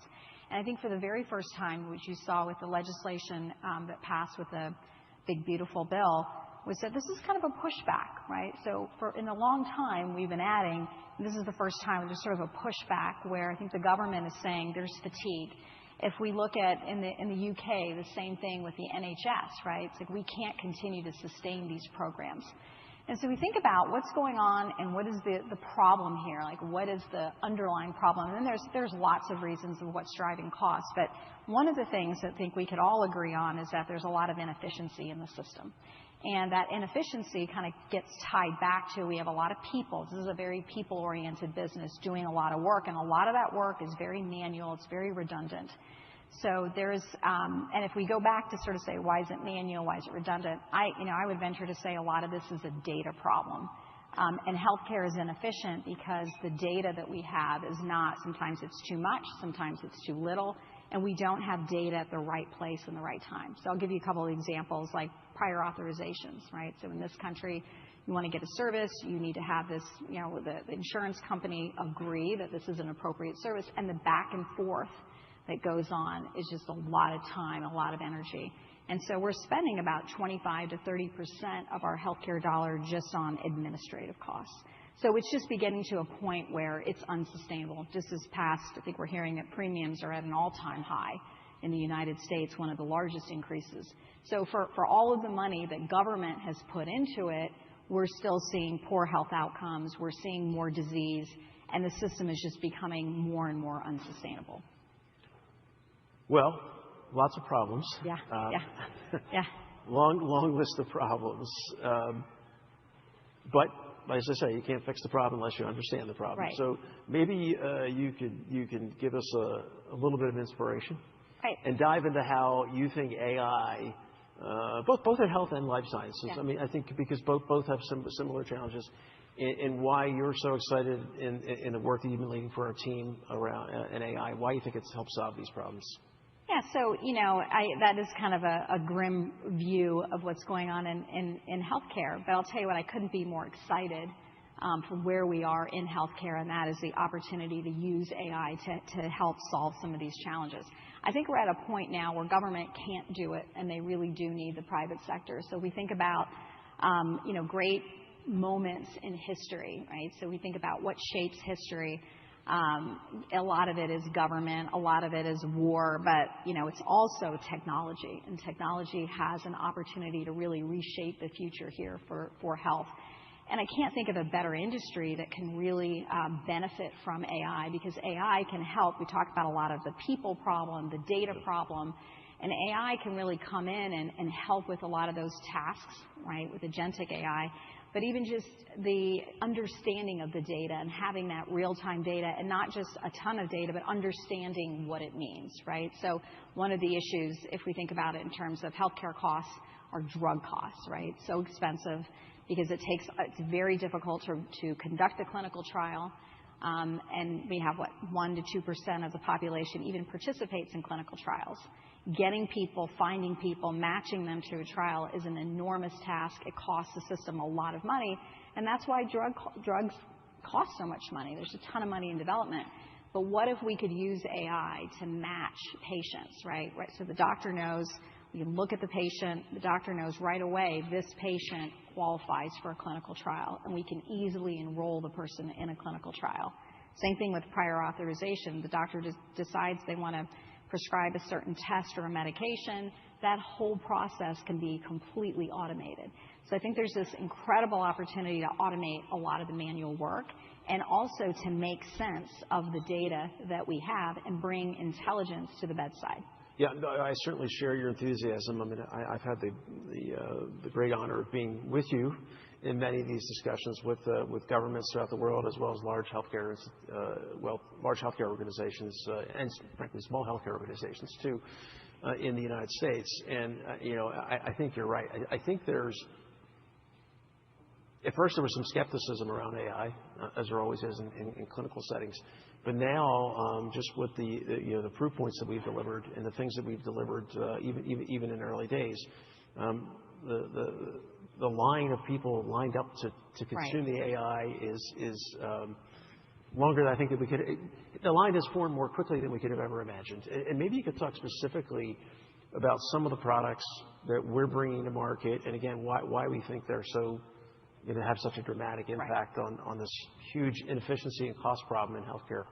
Right. I think you're exactly right, though, right? People, I think in the healthcare system, they're getting to a point where they understand that the problems that they have are not going to be solved by government anymore, right? There's not going to be this big bolus of cash that solves the problem, and that they need to become more efficient. And there's a lot of enthusiasm around AI and what AI can do. I think there's also recognition that the technology that they've had in the healthcare system isn't going to cut it, right? Yep. You can't take a 1990s database and think that you can bolt on AI and that it's going to work well. So the industry's been so excited about all of the applications that we're bringing to the market. In our recent healthcare conference, we had the CEO of the Mayo Clinic, the CEO of the Cleveland Clinic, and just a lot of enthusiasm about what we're building. By the way, they're our competitors' some of our competitors' biggest. That's exactly right. I think that our competitors' customers are starting to understand the power, the value of AI, and that they need a platform that can allow them to use AI to build their own agents, to bring in other agents. And the current products that are out there in the market are not quite cutting it, and they're not able to do it. I think the other thing that I really appreciate, and we can talk about the products in a second, but I think that our approach and Oracle's approach to AI and how we are using AI in the last few months here has become very apparent that what we're bringing to the market is way superior. So you can probably tell them more about how we're building the AI and how that's better. Yeah. Well, we're going to show a demo here maybe in just a minute. But as I said earlier, in a way, you've got to have the data in one spot to actually have any kind of an AI strategy, let alone in the clinical setting. And what you said here was really important. I think it's important to underscore that there actually isn't more money to put into the healthcare system. This is true globally. I mean, governments and payers are running out of money to put into the healthcare system. At the same time, we need to deliver higher quality services to our customers, and the providers need to deliver higher quality, better outcome services, better outcome-oriented services to their patients. But they got to take a bunch of money out of the system at the same time. It's an incredible challenge. There really is no practical solution to that except for AI. I mean, we're hundreds of thousands of people short in terms of clinical providers just in the United States. We're not going to manufacture, with the birth rate where it is, I don't think we're going to manufacture enough people very, very quickly here to solve that problem. So we've been thinking long and hard about how do we solve this problem? How do we deliver better outcomes? And how do we actually take cost out? How do we help our healthcare customers spend less at the same time? And that's an important part of what we do. So we started, I'm going to show a couple examples. Yep. Both the patient example as well as the provider example. So this is a patient example. So here I am as a patient, and I just got my cholesterol report. And what's the first thing you do when you get a lab in isolation? You go to your doctor, you get a test, it comes back. First thing you do is paste it into some search engine or paste it into GPT or some other large language model and say, what does this actually mean? And that's the first mistake, right? Right. Because the first mistake is you're only pasting that particular lab and that particular metric in isolation and none of your longitudinal record. So the lab result, while it may not be normal, might still be okay clinically when you consider everything else you have going on and you consider your factors over time. So what we're doing is we're actually putting patients at the and this is another problem. This has gotten even worse because and a lot of states have these prompt notification laws where you actually get your test results sometimes before your doctor gets. which can be a little scary, right? Because if you're not a doctor, you know how to read this. It's a little scary. And then we got this situation where people are going out patient this stuff, and what happens is that the doctors' call centers are completely overwhelmed as a result. They're completely overwhelmed. So when we're actually doing this, and this is based on our integration, we announced this at our health conference recently in Orlando. This is based upon, coming back to what Clay said, it all starts with OCI. If we didn't have OCI, and we didn't have the large language models actually running in very close proximity to our health applications, we wouldn't be able to do this. But when you ask a question and you receive a diagnosis, we're actually considering your entire longitudinal health record. We're considering everything about you, and we're giving the providers guidelines as to what they're comfortable and not comfortable communicating to customers, and it's all in plain English. None of it is in medical jargon. So you can see that with these embedded engagement tools, the patient portal really becomes a basic hub for healthcare services. It's a trusted partner in care because it's automated using large language models. It's automated using our retrieval augmented generation by taking your longitudinal health record and making the searches contextual. But it also has all the guide rails of the clinician in it, so that we're not going to actually get into a situation where we're communicating something clinically that a doctor would not want to communicate themselves. And I can speak to it, I can talk to it. It's all completely AI powered. And you can see here, I started to type, I started to talk, and I'm asking very simple questions. How does this compare to my last test? Questions in English, not questions about LDL versus HDL versus VLDL and all these other things. And what does this metric mean and what does that metric mean? Just speak in English. This is very helpful for patients, but it also saves the providers a ton of time and a ton of money in answering questions, direct questions from consumers in isolation. As I move forward, the integrative clinical assistant is also going to guide the patient on the content that matters most. So you get this. First, we want to figure out what's wrong, if anything at all. The next question you have is, well, what should I do? What should I tell my doctor? What am I supposed to ask? So you ask a very simple question. What should I ask my doctor? And the generative AI is going to help the customer understand, help the patient in this understand, and actually make recommendations to say, this is how you should communicate with your doctor. These are the questions you should ask. Particularly helpful sometimes for patients who you have this situation where you go into a provider, the provider has 10 or 15 minutes, and you get out, you say, I forgot to ask that. I meant to ask this, I meant to ask that. So all of this is done before the visit, and then actually drafts a note and said, would you like me to draft a note to the doctor so you don't forget about this when you go into the provider? When you go into the patient, when you go into your next appointment, the provider has all of your questions ahead of time, has all of your contextual information, and patients are in a state of far less worry because they've got this whole process automated. Again, we rolled that out, and without all the infrastructure and without the GPU infrastructure and the large language models running on top of it, we wouldn't be able to deliver that whole thing as a service. Yeah, and I think it's an important piece, right? So we're looking at this portal, and let me kind of go up one level higher, right? Which is to say, the engagement, by us bringing these tools together, by bringing AI directly to the patient, right? What we're going to see with our portal is engagement in a level that we don't normally see with most portals. Today, most of us have 4 or 5 portals on our phone because our healthcare data is in many different places. So, the point that you made about bringing together the longitudinal record, that is not happening today. We have our data in all these different places. So by Oracle bringing it all together and then also bringing AI, what we expect to see in our patient portal is a high level of engagement. And then we don't want to just keep that to Oracle and our providers' customers, but we want to open that up as well. So we're going to allow the healthcare ecosystem to be able to connect directly with our portal as well. So we sort of see in the future that this portal this is your go-to place for all of your healthcare information. You should be able to connect it with wearables, different devices, maybe maybe Weight Watchers, whatever that is that you want to connect your healthcare data with. So it kind of becomes a one-stop shop for the customer. And we think, we've been talking to a lot of the other healthcare companies out there, and they want to partner with us because they want to be able to have a place where they know patients are going to be engaging. One of the biggest challenges for healthcare providers is that patient engagement. So I think that's the power of the portal that we're bringing. Yeah, it's it's been stunning to see the engagement, the engagement before and after engagement with this new breed of AI technology. And on the same token, we're rolling out the same thing for providers. Right. So if we flip the script now, and you're in your doctor's office, and one of the first questions the doctor say, well, what can I help you with today? And you sort of feel like saying, well, aren't you really supposed to know? I mean, shouldn't you kind of know that before we show up here? And oftentimes, the doctor has the same problem. There's an overwhelming amount of information. They can't read everybody's chart. They can't read everything. And they actually want to have that same consumer-like experience with the application. They want to ask a very simple question. What should I know about William before I walk into the room? And that's the simple question that they ask.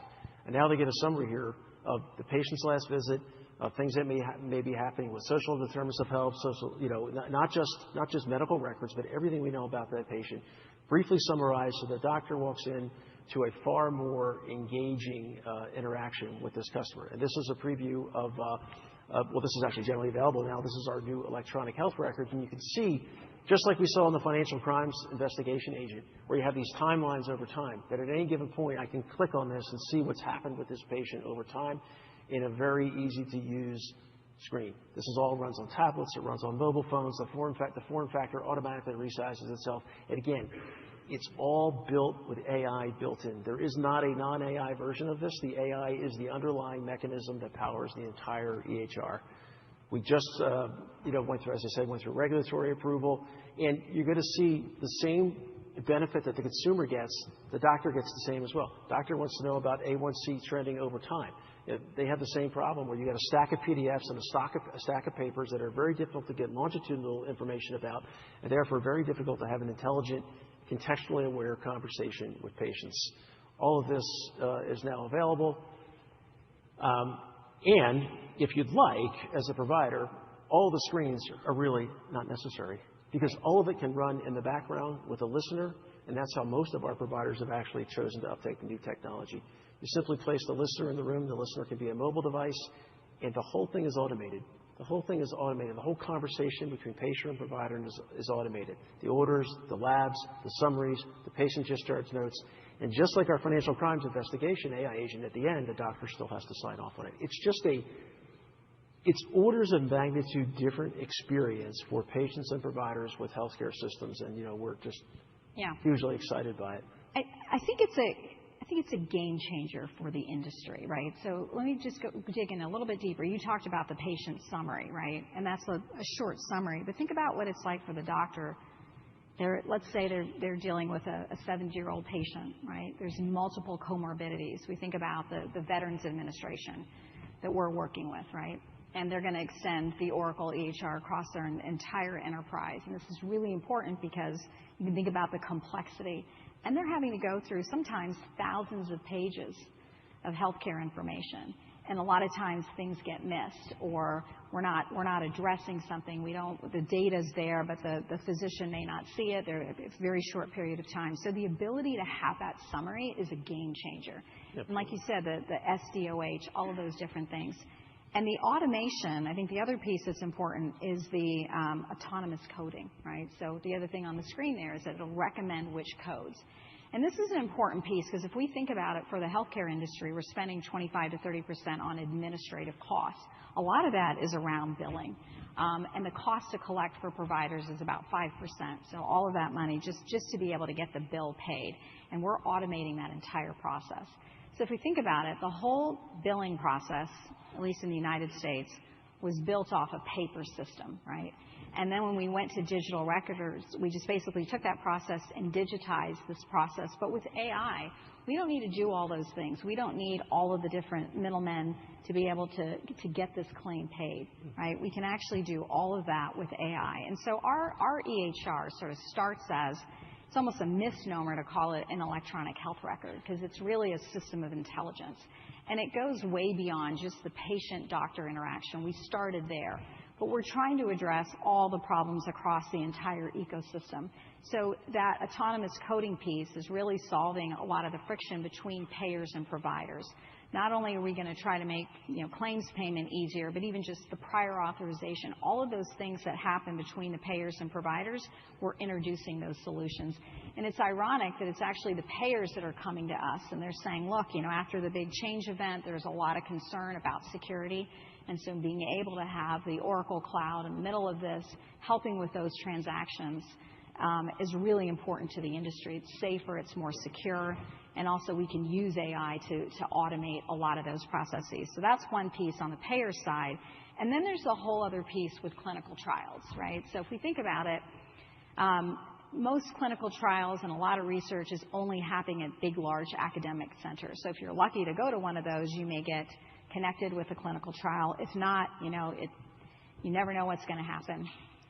And so what we're able to do with AI is we're able to do that matching inside the clinical trials. But where we're going is to be able to use that EHR not to actually do the clinical trial right inside the electronic medical record.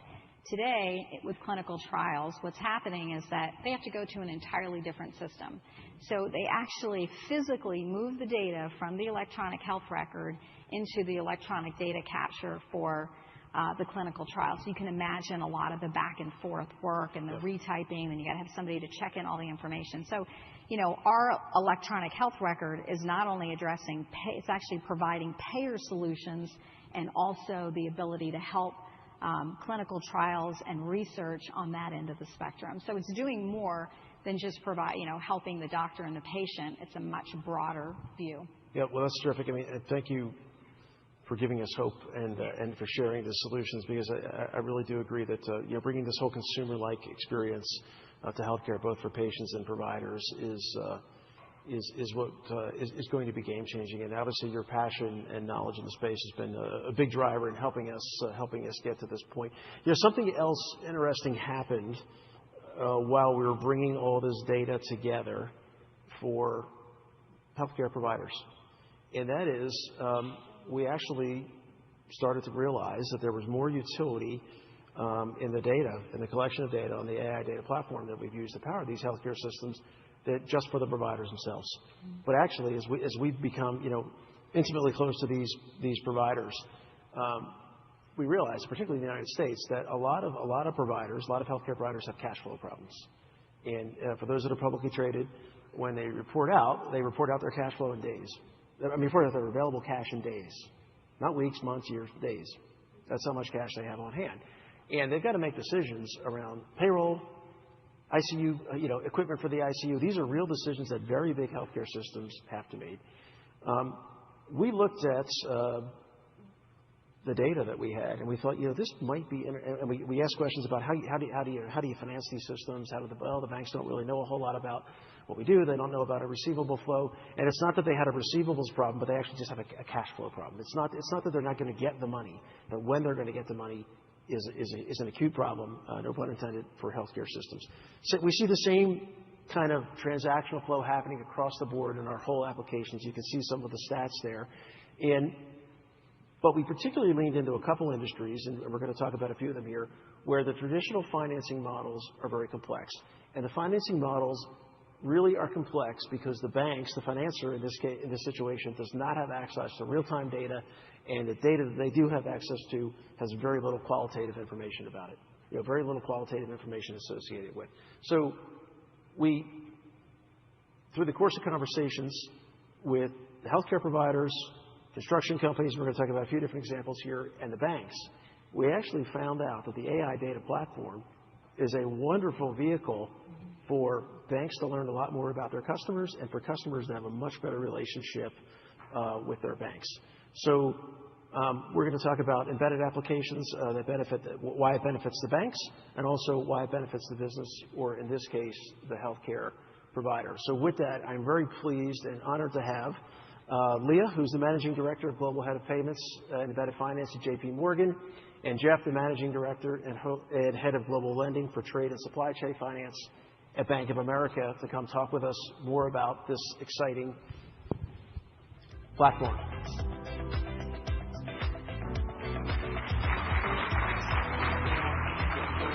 Leah, good to see you.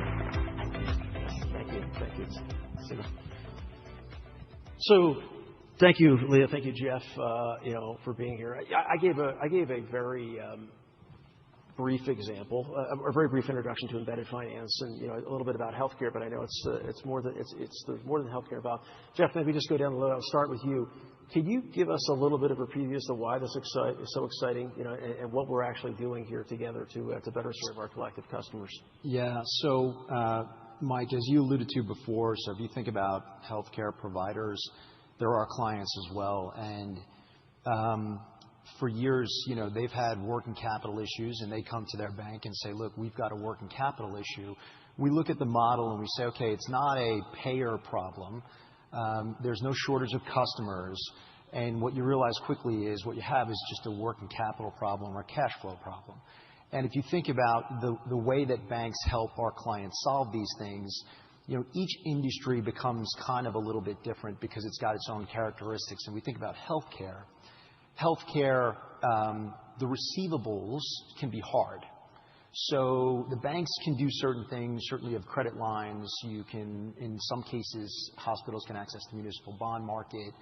But some ways that we traditionally help to free up cash flow and accelerate working capital are difficult for the banks because we don't have what we need in terms of like, okay, who's going to pay this and when and how much?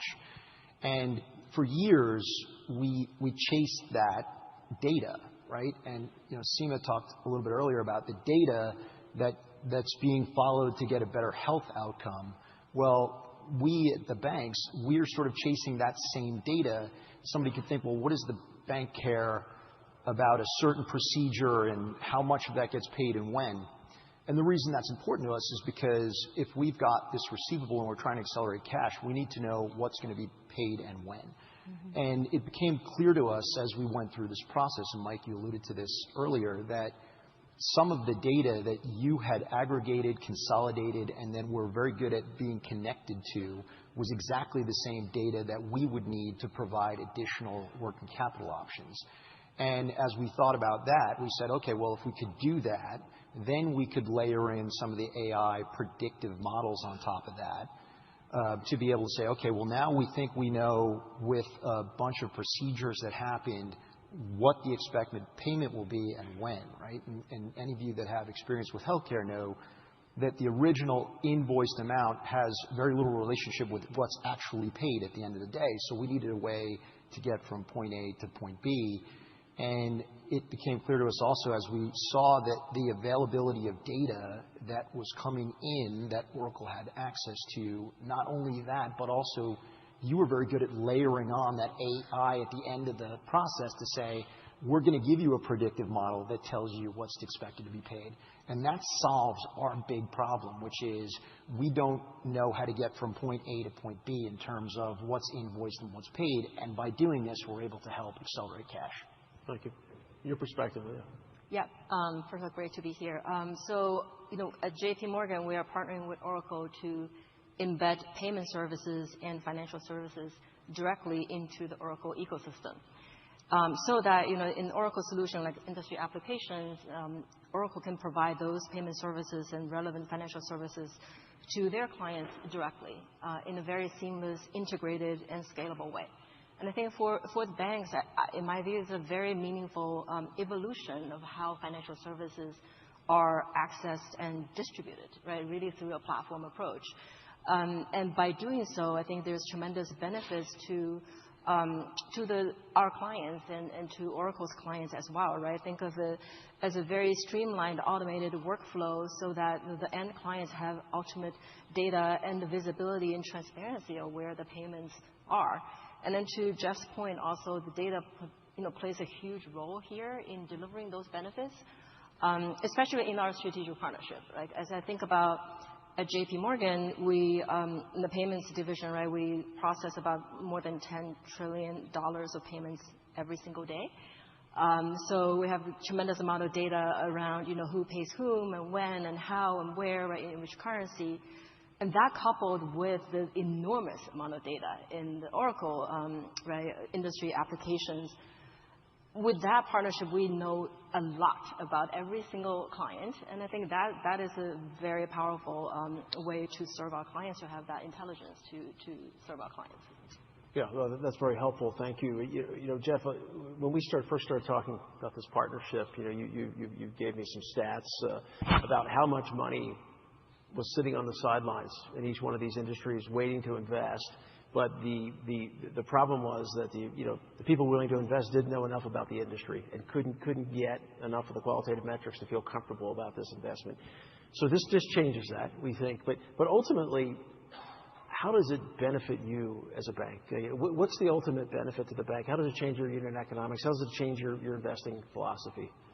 So we can kind of look at it along two vectors. So the first is we've got clients who are looking for better working capital management, so we can help them with that, right? I think that's the first thing, right? As we serve our clients, and we think that's a good thing because as you both have noted, you've got hospitals in the United States alone that are struggling financially, right? And it's not because of lack of customers. It's not because of lack of high-quality payers. It's for free cash flow and working capital reasons often. So we can help.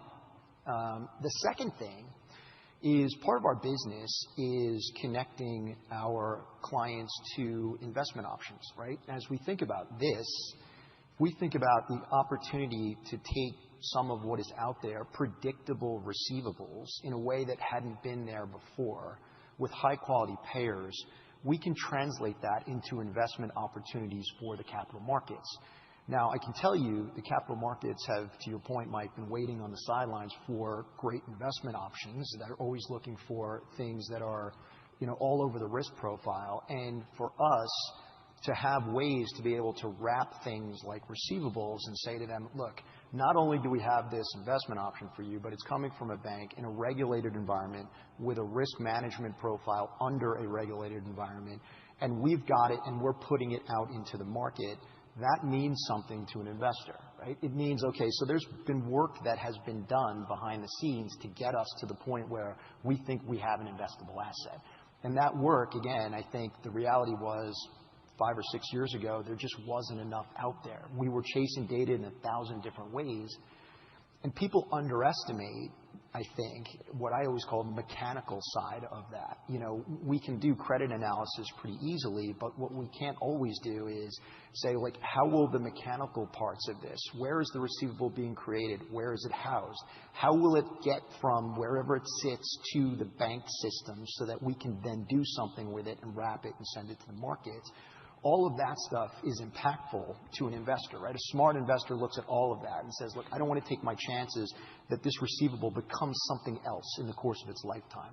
And I think as we track just historical data, performance data, all of the data that becomes available, all of that starts to become solved, and then we've got investable assets. So we've got on one side of it, we're helping our clients be better payers, and on the other side of it, we're creating investable assets for our clients. So are these investment products that you can create as a result, are these products that you previously couldn't create or you had to create with a different rating or different risk profile associated to them? It's a really good question. So we're in the business of pricing risk, right? So part of that is, as I said, the credit risk, which is easy, but the other part of it is just as important, and that's, people underestimate that side of it. And I think the reality is, if the receivables were really hard, the banks just kind of sat on the sidelines. So as you think about just some industries like healthcare, like construction, where there was uncertainty of payment from a bank's perspective, because remember, by the time the data got to us, we only had access to small portions of it, right? So all of it just looked like it was very unreliable. So in the context of a regulated, risk-managed bank environment, there just wasn't a way we could get comfortable with the predictability of outcomes. So for us, we parked that part of our toolkit, and then we moved on to what we think we could do, right? Create a facility or a municipal bond market or whatever it might have been. But that's the difference between what we had before and what we had. I think as we've talked, Jeff, it's been quite interesting to understand the bank's philosophy on all this. And it's not that, and we're going to talk about construction and retail and more than healthcare in a second, but it's not that the bank necessarily is interested that Medicare is going to reimburse the provider for a hip replacement. But what you're more interested in is to make sure that that person doesn't get readmitted to the ER in the next 30 days with an infection as a result of that, because that actually changes the reimbursable for Medicare in a value-based arrangement. And that's the level of data that you need real time. And obviously, for one patient, easy. Millions, hundreds of millions of patients, you'd have to scale that over time. Very difficult to do without an AI data platform, kind of constantly monitoring and scanning for anything that could change the risk profile as well. And this is to your point, people might think to themselves, why would a bank be interested in that? We're very interested in that because it's predictability of outcome. It's the predictability of us getting repaid and an investor getting repaid. So it's very important to us. I was just going to add one more thing, right? So before we leave healthcare, right, is that the government in and of itself is now moving more towards those value-based payments, more capitated payments where providers are not getting paid on more real time. It's more after a year of you taking risk. And so for providers, the need for cash flow has really increased dramatically. So I know our providers are very happy about this solution as well. Yeah. We could go on for a very long, just on healthcare alone, there's just so many interesting dynamics. And Lee, I'm going to shift gears for a little bit. Retail, restaurants, construction, all of these other industries where we're managing, all these transactions, and, either at the point of sale or payment or, money changing hands using the Oracle platform technologies today across so many different industries. How do you see the different needs in embedded payments, across these different vertical industries? How do you see that evolving, and why is the automation so important to you? Yeah, no, great question. I think, across all the industry verticals, I think there are common themes, right? No matter which industry vertical, we want the payments to go out in a very secure way. I think we want to know, or Oracle and the clients want to know the transparency, where is my money? If something goes wrong, they want to know where the payment is stuck, right? So I think there are foundational basic needs of security, transparency, right, and the optimization of the payments. Those are universal. Then to your point, for different industry verticals, there are nuances. We talked a lot about healthcare. Seema, you mentioned it's a very complicated ecosystem with payers and providers and regulation and HIPAA compliance. So that really requires a lot of the payments handling, right, for data privacy and whatnot. You think about another vertical, consumer retail, you mentioned. It's really fast evolving into, right, already omni-channel, right, in-person, in-store experiences with, in-app purchases, with online. Like, how do we deliver that payment experience in a holistic way? And today, we talked a lot about AI, and people talk about agentic commerce. And in the future, maybe all the agents will do all the purchasing and whatnot on your behalf. Then we need to think about fraud and authentication and liability shift and all those very interesting future business model, current business models that are evolving very rapidly. And I think with the power of data combined, in our partnership and with the AI models, on top of the data, that's where what I meant earlier, like the payment intelligence, right? How do we deliver that insight into our Oracle clients so that they know the fraud prevention, they know how to position cash, how to really mobilize all the transactions to add value to the ecosystem. Yeah, and so in some ways, this automated embedding into the applications, it becomes another distribution channel, for the bank, compliant distribution channel. We know a lot about the customers. We can automate KYC, all the things that need to be done. We've got that data. All that data available as part of our industry applications just becomes a wonderful distribution channel, and frankly, far easier for consumers to consume because it's built into everything that we do. Totally. It's like a pre-built enterprise grade, right, banking and payments core that's already compliant and extensible. Yeah. So I think that is really where we're headed in co-creating this model. Well, we appreciate it. So I'll ask you both the same question. We're not the only technology vendor in the world. Why partner with us? Why Oracle? What's special about this relationship between Oracle and the banks? Look, you go with what works, right? And so there is, as I said, we spend a lot of time chasing data to try and sort of predict outcomes, right? As I said, we're in the business of pricing risk, and predictability is a big part of what we do. And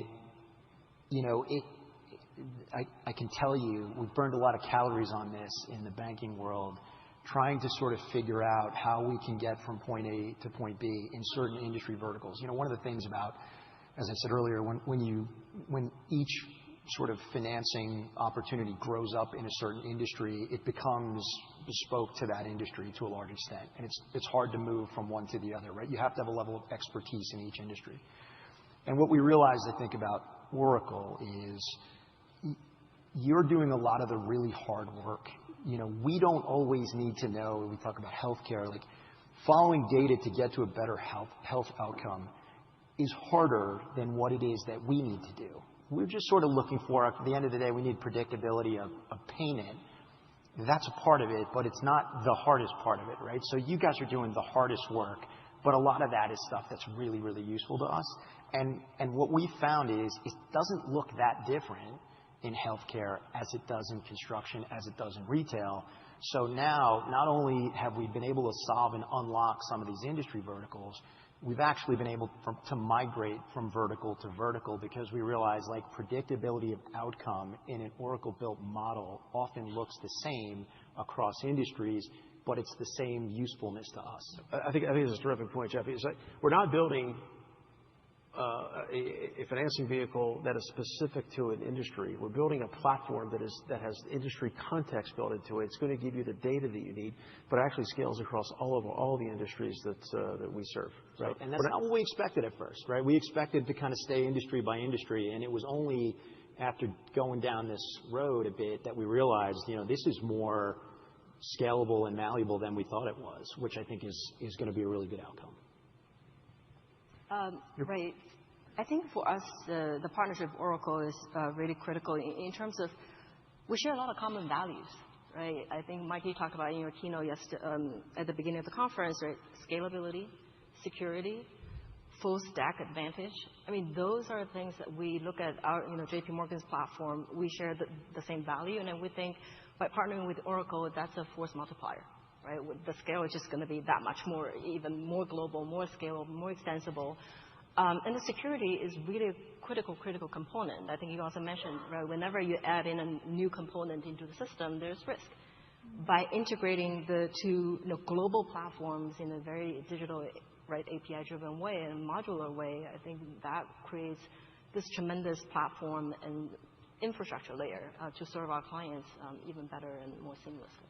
Yeah, well, that's much appreciated, and we do resonate with the shared values. I visited both of your organizations in person many times now, and even been on the trading floors, and I can tell you that the passion is very contagious for this access to real-time data. So much appreciated. And to be clear, we're going to market together right now in construction, in restaurants, and healthcare, and certainly plan so much more to come.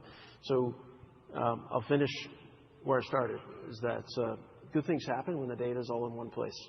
And our ability to aggregate operational data, both qualitative and quantitative data, and to deliver that as a service to you so that you can deliver that as a service back to our collective customers, we can't thank you enough for being a part of that.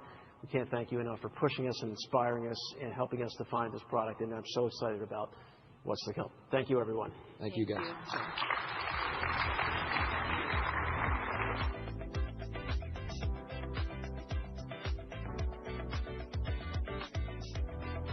We will now take a short break. Lunch is located next door. Our programming will resume momentarily.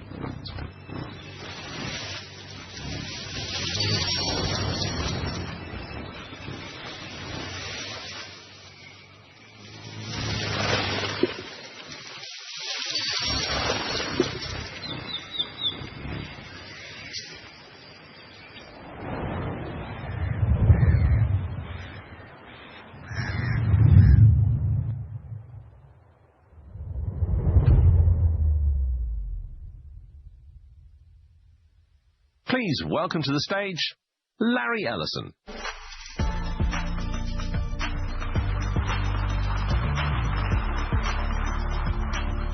Hi, everybody.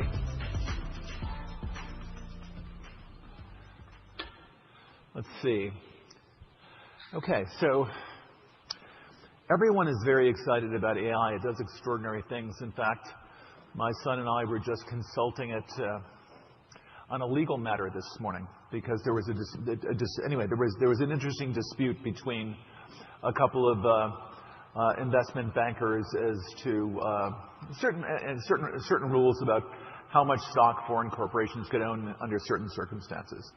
And quickly ran off and asked a multimodal AI model and got an answer almost immediately. They're quite extraordinary.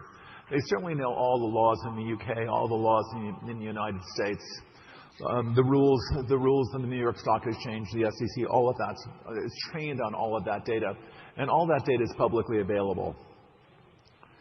What is less common and what people want to do but really can't do very easily right now is use their AI models, ChatGPT, Grok, Llama, Anthropic, all of them, to reason not on publicly available data where the models have been trained on the internet, all of the internet, but private data. The private trading records of an investment bank on Wall Street, or the private genomic data of a genetic engineering company that's analyzing genomes. And genomes, it's an enormous amount of data, and they'll do gene sequencing on plants. I'm going to show it in a minute because I think it's such an interesting example. We're working on a lot of plant genetics, and I'll describe a couple of the projects we have ongoing. But people don't realize how big plant genomes are. The human genome is right around 3 billion base pairs, actually a little short of 3 billion base pairs. The wheat genome is 15 billion base pairs. 15 billion base pairs. Because wheat's been around a lot longer than human beings. And wheat's been evolving over time. And when you sequence wheat, you get this mass of information. And by the way, there are all these different varieties. I didn't know this a year ago, 2 years ago. There are all these different varieties of wheat grown all over the world based on variations in soil and variations in climate. And they all do things slightly differently. They do photosynthesis slightly differently. The genomes are different. And what you want to do if you want to optimize wheat, if you want to increase yield or make it drought resistant, you want to really look around at all the varieties of wheat and analyze and understand the genomes of wheat. And you've spent a lot of money to sequence all those wheat plants. And that's your proprietary information. And your business is to produce this new variety of wheat that is going to be drought resistant, higher yield. And that's your business. And you don't want to share that information with other people. How do you do that? How do you do that? Oracle ran a project inside. First thing we did, we took all of our customer data, all of our proprietary customer data, and we have a lot of customer information. We have a lot of people using Oracle in the cloud every day, where we keep track of what they're doing. We're curious about what features of Fusion applications they use more frequently, what features they tend not to use as frequently, what features require what features are not so easy to use. People tend to make mistakes in that. So we monitor all of this, and we find someone's making a bunch of mistakes using a particular feature. The feature is not easy enough to use, and we want that insight, and we want to go ahead and fix it. But how do you get that? But back to the basic problem that has not been generally solved is how do you take these fabulous reasoning models and allow them to reason on your private data, whether it's plant genomics or customer usage in the cloud, and what features are easy and what features are error-prone. How do you take your private data, make that available to AI models, while keeping that private data private. And can we make that easy to do? Because everybody wants to do that. And we've been working on this problem for some time, and we call it, and we have a new version of the Oracle database called the Oracle AI database. And we didn't name it the AI database just because AI is fashionable, as I said the other day. We did it because our new database has a lot of new features to solve this problem, to solve this exact problem, solve this one problem. How do you make all of your private data accessible to AI models for reasoning while keeping that data private, without compromising data privacy in any way? And we've done that, and we call it the AI database. And by the way, it's just the latest version of the Oracle database. This is not an all-new database. This is not an AI database in the sense that Pinecone is, where it's just a vector database for AI. By the way, we added vectors to our database, but it is still the full Oracle database. It has all the Oracle security features, all the Oracle high performance features, all the recovery features, all of that. But we've added all of this AI capability to the Oracle database. So it's highly secure, highly reliable, highly scalable, very fast. But it makes your private data easily accessible by the AI models. Okay. And again, we also decided that if we're going to do that, if we're going to make the data, we actually should make it easy in the Oracle Cloud for users to pick their preferred AI model. We use a variety of AI models. I mean, again, Anthropic tends to be pretty good at code generation. So if you're doing programming, Anthropic is pretty good at that. ChatGPT is a phenomenal legal expert. I can just go into these models are somewhat different. And depending on the application, you might use one model or you might use a different model. So we decided to make all of the popular AI models available inside of our cloud. So Oracle, if you go to the OCI, you can get ChatGPT 5.0. You can get Google Gemini. You can get XAI, Grok 4 Heavy. You can get the latest versions of Llama from Meta. And because the Oracle AI database, to be an AI database, to do reasoning, Oracle doesn't do the reasoning. You need the model on top of Oracle to do the reasoning. So when you configure the Oracle AI data platform, you pick one of these models, and we then give you a private version of that model sitting on top of the Oracle database with your private data in it. And so it's all there. You just configure the model you want. I mean, basically, you click on the name of the model you want. We configure it and put it on top of your database. And then the Oracle database will make all of the data, all of your private data that you authorize, it'll make it all available to the AI model. How does it do that? Well, it uses a technology called RAG, Retrieval Augmented Generation. It simply allows the AI model to read the database. There's a server, there's an MCP server. The AI models are designed to be able to go and read anything on the internet that's publicly available, but they also can read private data, whether it's in a file system or in a database, different kinds of databases. It can do all of that. It can go out and look at that data, read it, and actually understand it. So that's what we did. I'm going to go into a little bit of detail on how it works. What we added to the Oracle database, obviously we had RAG capability. But right now, the Oracle database can vectorize all of your data in the database. It can vectorize text, it can vectorize images, it can vectorize videos. And what AI models understand, the format of data that AI models understand are vectors. And for example, a very famous AI search is vectorize a particular movie and then show me movies that are similar in content to that movie. And that's a vector search. Find me a movie where the vector is similar to the other movie or other movies somebody else watched. They use it for recommendation engines, but also for gene sequencing. For gene sequencing, there are gene sequences to do with photosynthesis.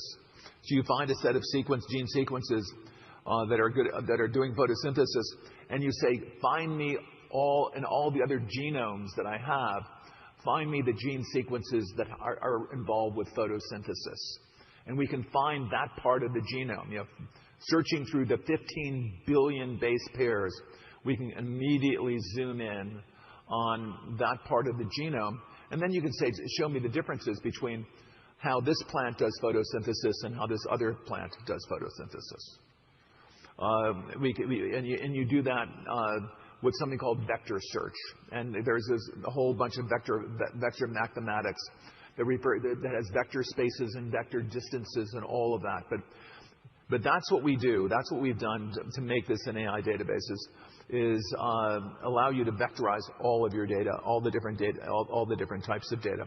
Once you've done that, if you look at what we were able to do, and as I say, the first project doing this inside of Oracle, the first of our private data that we decided to make available to an AI multimodal model was our customer data, because I'm not sure for us there's anything more valuable than our customer data.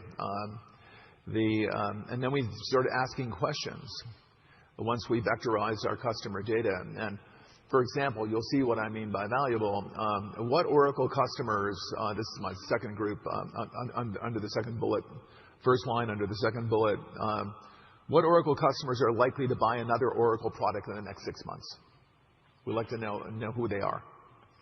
And we'd like to know, second line, what Oracle product are they most likely to buy? And those are the kinds of questions you can ask using a reasoning model. And it tells you. And then you can ask, but you can also have agents associated with this. It doesn't just have to be ask a one-step question. You can actually ask this, okay, well, let's send email to all of those prospective buyers, and let's show them the 3 best Oracle references for you. In other words, in your industry, in your country, that are bought the same product and used it successfully.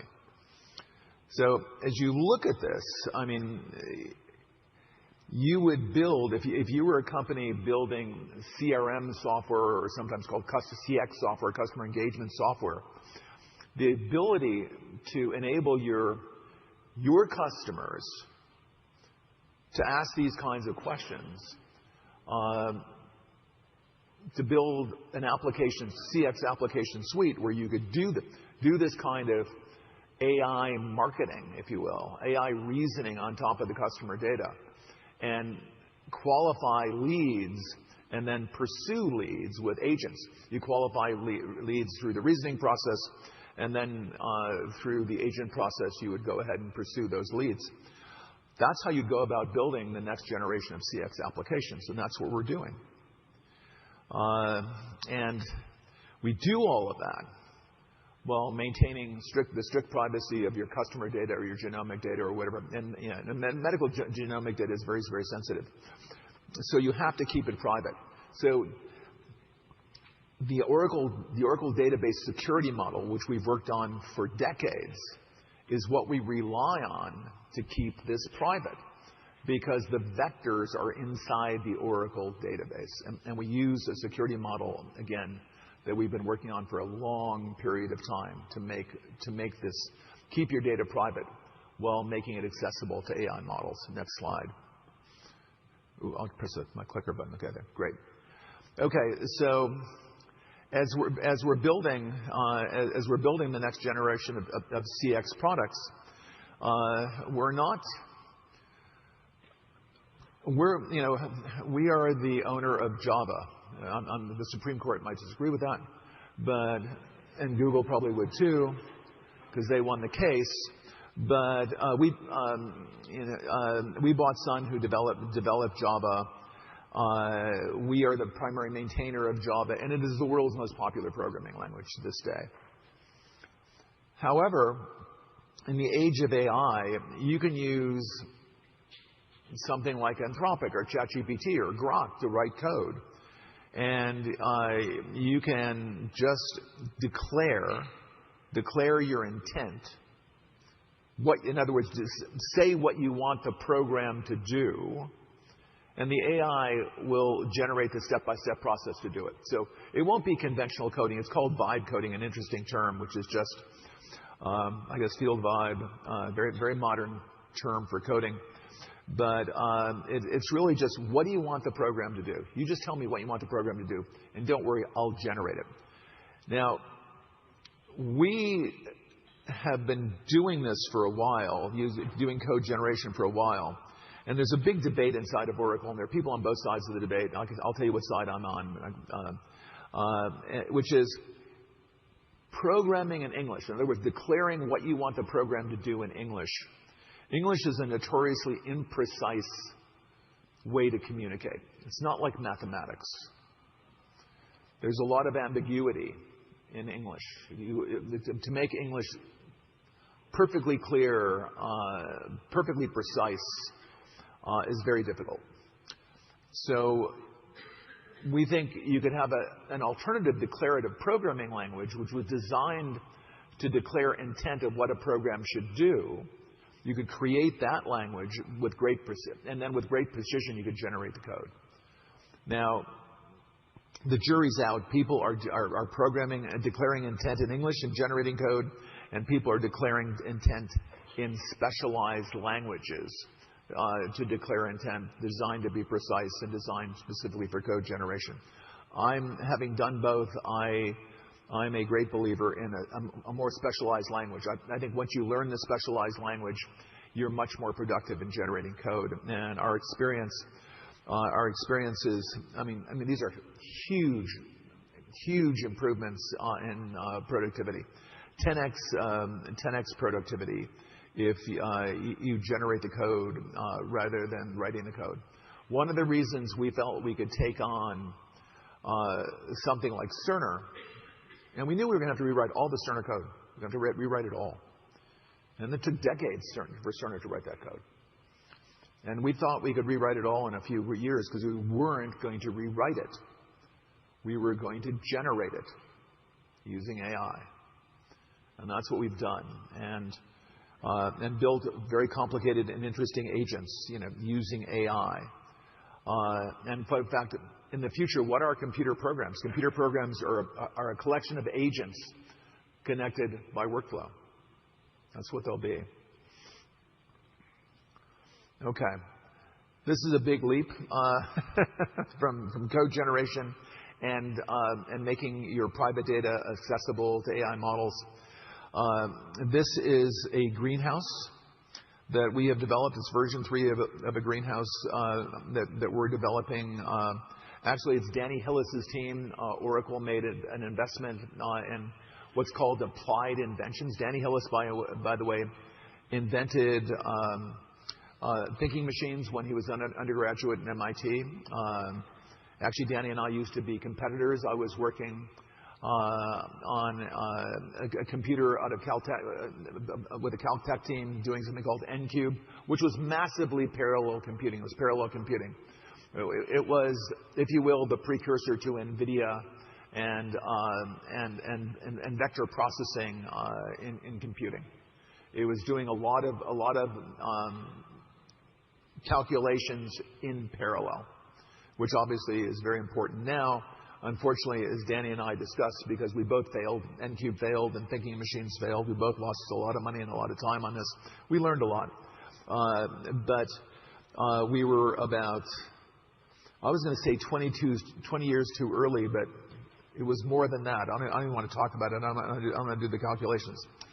But anyway, Danny is now, we bought his company, and one of the things that we're working on is robot, and he's really responsible for, amongst other things, robotics inside of Oracle, because robotics is a very special case of AI.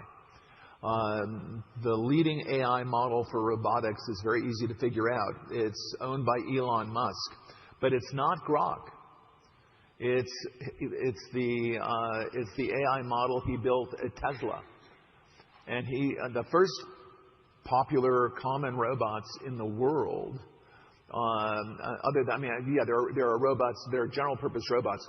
Yes, there are robots that assemble PCs and laptops and desktop PCs and a lot of electronics and iPhones and all of that. There are tons of special purpose robots.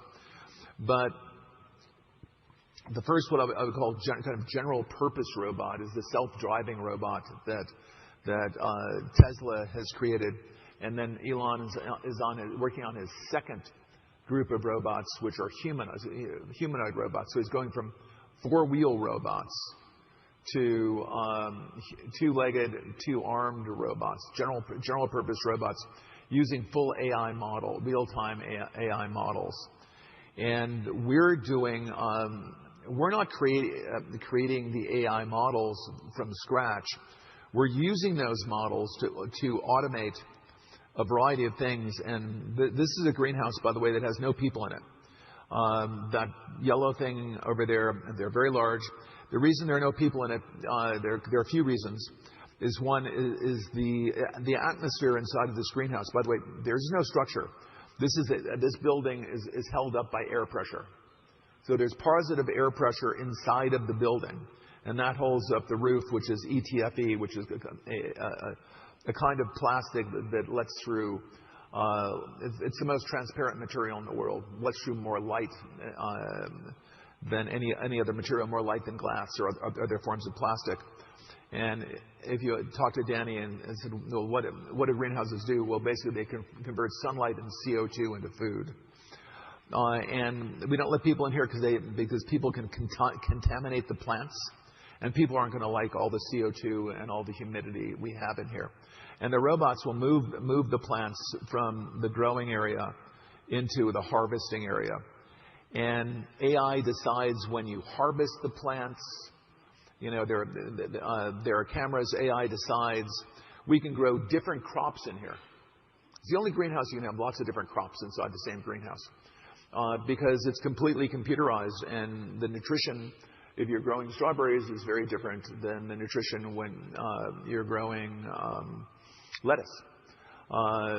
The heating requirements, we heat the plants from the bottom. We don't heat the whole building. Anyway, I'm not going to give you all the details. But each area is carefully climate controlled, atmospherically controlled. The hydroponic nutrition is all computer controlled. And it's designed to produce food at a much higher quality and a much lower cost than currently other forms of indoor growing. By the way, when you grow indoors, you use 90% less water, which is truly incredible. By the way, this is also a habitat for Mars. So if you think about an interesting use for a greenhouse, I don't think it's a huge market. I don't think our Martian market's going to be gigantic. It's not in our numbers, by the way. None of the Martian consumption of our technology is in any of our numbers. That's all upside. So what does the greenhouse do? The greenhouse grows food, and if you're going to have people living on Mars, you need to grow food. But it also converts CO2 into oxygen, doesn't it? So if you're going to have people living on Mars, they're going to have to breathe, and you can either ship the oxygen from Earth to Mars, or you can create the oxygen from CO2 on Mars. And the people can create the CO2 that the plants will consume. So this is a kind of a combination. Its intent, by the way, our first market, we really have focused on Earth. But just notice that this thing would be a perfect habitat for Mars or other places you want to go.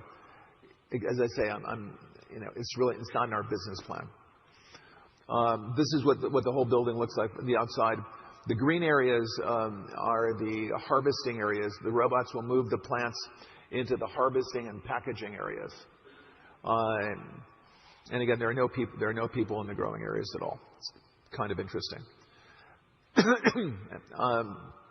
long as we're talking about plants, I want to give you an example of the kind of things we're doing with our database to make it work better with AI. And in addition to being able to vectorize all of the data, which makes the data easy for AI to consume, we've also created special data types. Let me get my verb tense correct. Are in the process of creating special data types for DNA. And say DNA searches, DNA search. By the way, that is wrong, and it's my fault. It says the wheat genome is 15 million base pairs. It's 15 billion base pairs. Human being, 3 billion base pairs. And it's got all of the historic genes, all the genes that became obsolete during the hundreds of millions of years of evolution of wheat on the planet Earth. It's just a grass. Wheat on the planet Earth is recorded in that genome. That's why it's so large. We don't delete. When genes suddenly stop being used, they don't get deleted. So there's a whole history of how the wheat evolved. That's very interesting that you capture when you gene sequence wheat or you gene sequence plants or animals for that matter. You capture their evolutionary history. And the things we're doing, another team is doing, not Danny's team, is looking at wheat photosynthesis. And if you can improve wheat photosynthesis, and they have improved wheat photosynthesis using AI. They've changed the genome. They've used CRISPR-Cas9, a gene editing technology, to improve photosynthesis. When you improve photosynthesis, you convert more CO2 and more sunlight into food. So the yield per acre of this wheat we created, they created. I didn't have much to do with it. It actually has 20% more yield per acre. So we're producing more food in the same space. Another thing that we're looking at, and that's already working today. So the increased yield through using AI to figure out how to improve photosynthesis. And once we figure out how to do it, you use CRISPR-Cas9 to go ahead and do it and actually do the gene edits. The thing we're looking at right now is not just converting CO2 into food, but also converting CO2 into calcium carbonate. I'm sure all of you will be fascinated by the fact that the coral reefs are made up of calcium carbonate. The plants that live in coral reefs actually secrete calcium carbonate, their own skeleton. Well, we have skeletons too, right? They also have a lot of calcium in them.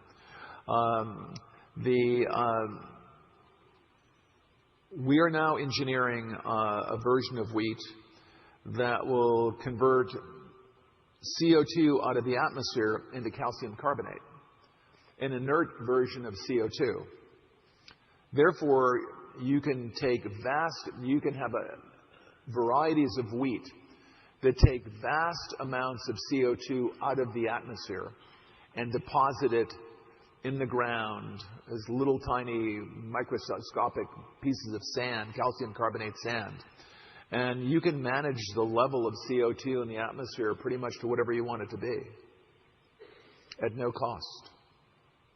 At no cost. And the world right now is working on this problem of figuring out what to do with CO2 in the atmosphere. And they have all these interesting ideas, including getting rid of all fossil fuels, which is very difficult. But there are other ways to tackle the problem It might be much easier and much more cost-effective. And then, by the way, if you look at the markets, you can actually figure out if you're a farmer, you can use satellite imagery, AI and satellite imagery, to look at your wheat fields and figure out exactly how much CO2 you're taking out of the atmosphere, and then you can get carbon credits. You can trade it for carbon credits. Okay, and kind of an interesting approach to, initially, a much simpler approach to managing CO2 in the atmosphere than what we're currently doing. Another interesting example that we're working on, again with plant genomics, using DNA data types, using vector search, for using all these AI capabilities. It's right now we fertilize almost all the plants that we fertilize in North America and Europe throughout. We fertilize them with nitrogen fertilizer, huge amounts of nitrogen fertilizer. Because even though there's tons of nitrogen in the atmosphere, nitrogen is the most common element in our atmosphere. We breathe it in. We don't use it, but we breathe it in every time we take a breath. But some plants, soybeans, for example, actually get their nitrogen directly from the atmosphere. Well, we can engineer corn or wheat or other plants to get their nitrogen from the atmosphere so that we don't need fertilizer. And fertilizer does incredible environmental damage. During rains, it runs off into rivers. A bunch of nitrogen runs into the rivers and into lakes. You get these big plankton, these big blooms of plants in the lake and in the rivers. And plus, a lot of farms can't afford to buy fertilizer. Therefore, their yields are half what the farm yields should be.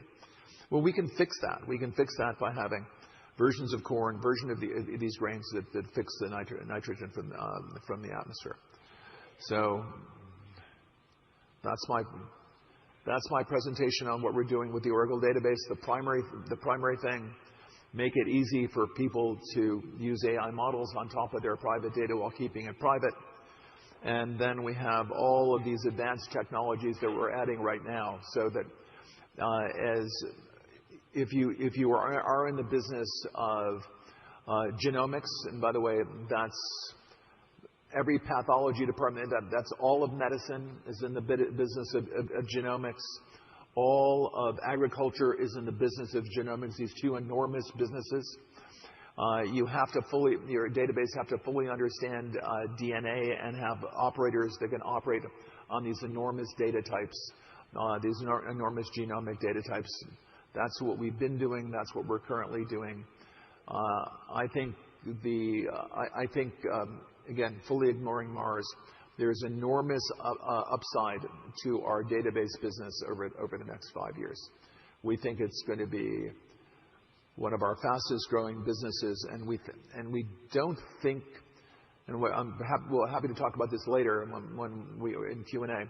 We don't think we have a lot of competitors left in the database business. It's fascinating. Our primary competitors in database, let's say they're maybe Databricks, you could say is new, or it's kind of the newest one, Snowflake. They don't even do transactions. They're query-only systems. There aren't a lot of new database technologies being invested in. We're kind of the only game in town. We think that gives us an enormous opportunity to increase our franchise in the database business over the next 5 years, and the dawn of the AI era, if we can merge our database technology with the latest AI technology. Thank you very much.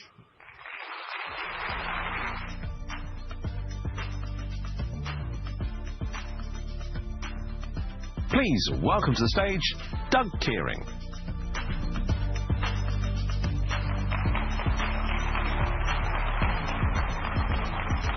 I think Larry used the magic word, upside. So I'll be presenting our updated financial outlook, which I think everyone's been anxiously waiting to hear.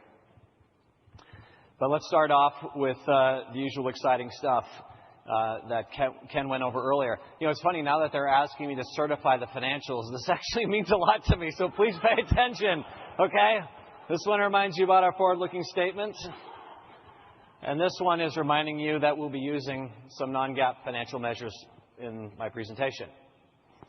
Okay, you've heard the strategy throughout the day from Larry, Clay, Mike, and the rest of our management team. We have an unbelievably strong and deep set of enterprise technologies for both cloud and AI.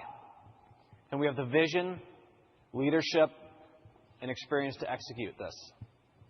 It's now time to see how all of this impacts our financials. Building on our long-term expectations can be boiled down to a few simple steps. First, we work extremely hard to turn the customer momentum we're seeing, as evidenced by the amazing enthusiasm you've seen here at AI World, into an accelerating RPO backlog. Second, we then deploy our operational expertise to provide capacity to customers that help us turn that backlog into accelerating revenue growth. Third, we leverage this growing footprint, scale, and utilization rates of our data centers to turn this larger revenue into profit growth. And the result is that we are raising our long-term financial outlook again. I'm going to quickly walk you through the process of how we arrived at these new figures. The best way to think about Oracle these days is as a hypergrowth company.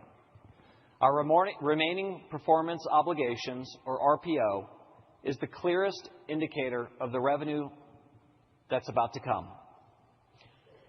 As we announced on Q1 earnings, we highlighted two things on this topic. First, that our RPO balance now exceeds $455 billion, up 359% year over year. And second, that we expect RPO to likely exceed $500 billion. In fact, already through the first month and a half of Q2, we've signed several additional large contracts, as Clay mentioned during his presentation, which put us over the $500 billion mark. The demand we are seeing is really hard to comprehend. To put it in perspective, our RPO balance is up nearly 10x since fiscal year 2022.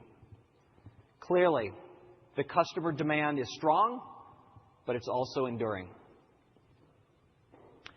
The biggest impediment to growth right now isn't so much finding customer opportunities, but rather executing on these opportunities by converting that demand into revenue as soon as possible.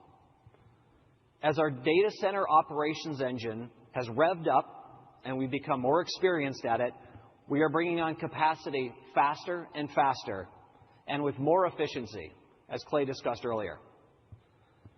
The ramping has already started, as you've seen over the last couple of years, with cloud growing as a percentage of total revenue from 20% in FY20 to 44% in FY25. As cloud crosses the 50% mark as a percentage of our total revenue, the revenue growth rate is further accelerating, as evidenced by the forecasted 16% growth rate for fiscal year 26. To put this growth rate in perspective, the last time Oracle grew this fast organically was over 15 years ago. As well, when you look at the expected revenue growth rates over the next 12 months for companies in the S&P 500 with more than $50 billion of revenue, there are less than 5 companies growing faster than Oracle. And we aren't even close to seeing the peak growth rate yet. As our revenue begins to accelerate, so does our operating income growth. The reason is that our pricing discipline, coupled with scale efficiencies, enable us to gain significant profit leverage as our revenue grows. As the utilization rate of each data center increases, they contribute more profits. And the rest of our operating expenses are grown much more slowly than revenue, also helping further our profit growth. Now, before I turn to the updated financial outlook, I wanted to revisit the figures that we presented at last year's financial analyst meeting. As you may recall, we announced last year our expectation to reach over $100 billion in total revenue by FY29, nearly double the revenue from FY25, while simultaneously accelerating our profit growth. But that was last year. As we dive into this year's outlook, I want to start by explaining what is guiding us as we work to deliver the financial outlook that I'm about to share. First, every customer is put through the prospect of the lens of both a revenue opportunity and a profit opportunity. I've read a lot of stories that are speculating that Oracle is chasing revenue for revenue's sake. But let's be crystal clear. We only pursue opportunities where we have a clear line of sight to attractive margins that reward us for our intellectual property and the activity we bring to customers. Second, as we work to build capacity, we are pursuing a range of financing options to support our growth. We pay careful attention to our cash flow, our debt ratings, our debt capacity, and the various funding mechanisms that are at our disposal. These all factor into how we strategically grow revenue and profits faster. Third, we are working diligently to constantly match our expenses as our revenue ramps in our data centers.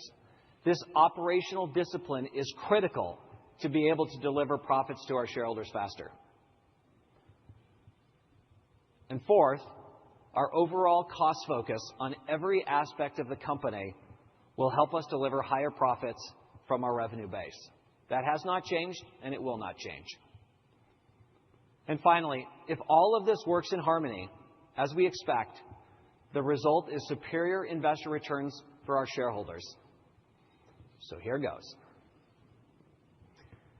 Clay showed you earlier our updated infrastructure revenue targets, which are even higher than what we shared on our Q1 earnings call. Building on that, along with the RPO backlog that we've already signed, the customer opportunity pipeline, and the strength of our competitive differentiators, we see much more revenue upside in the next 5 years than just a year ago. Our updated revenue target is to reach $225 billion by fiscal year 2030. This represents a CAGR of over 31% over the next 5 years.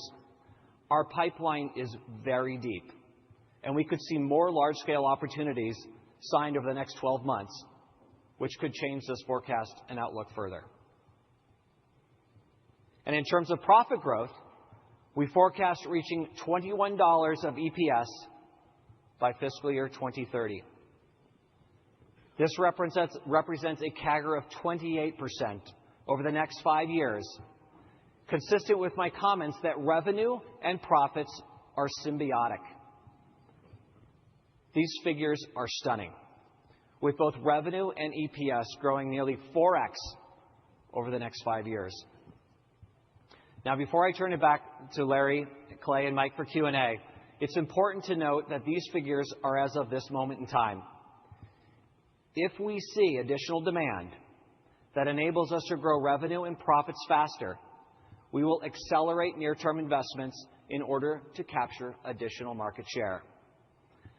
As Larry recently said, quote, "AI is a much bigger deal than the Industrial Revolution, electricity, and everything that has come before," end quote. We are extremely well positioned for this opportunity, and we will pursue more growth so long as it fits our profitability expectations. Thank you.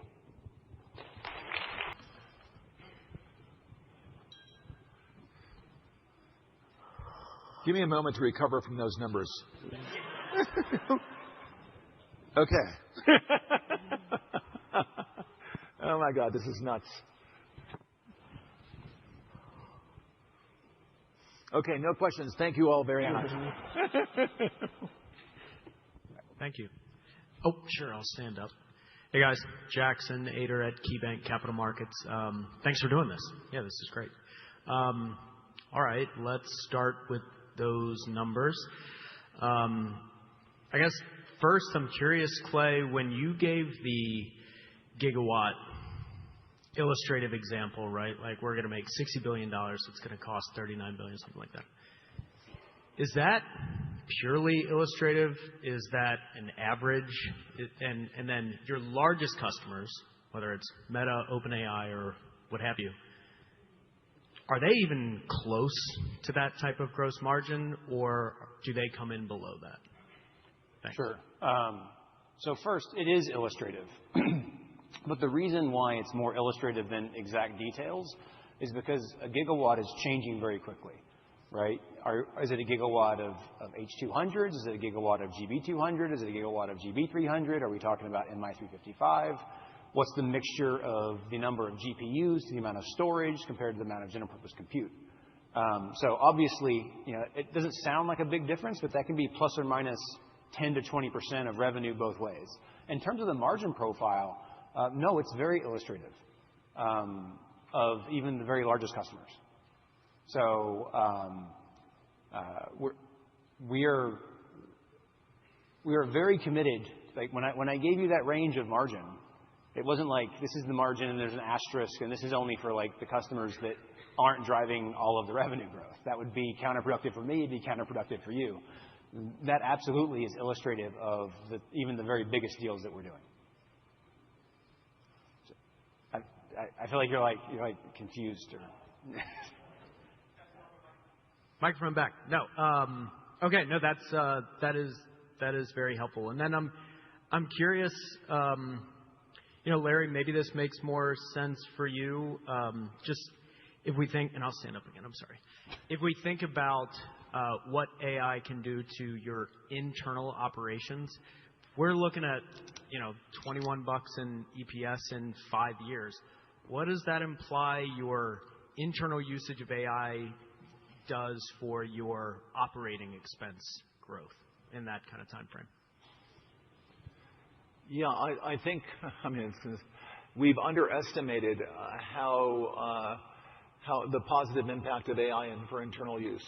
I don't think but I'll let the guys comment on that. But I don't think we do have estimates. Clearly our programmer is going to be more productive. We're going to produce more product. We're going to be more ambitious. We're going to write more programs. We're going from industry suites to, if you will, entire ecosystems. Where you look at the healthcare ecosystem, it's hospitals plus government regulators, plus pharma companies, individual patients. It's entire ecosystems, and we'll be able to do that.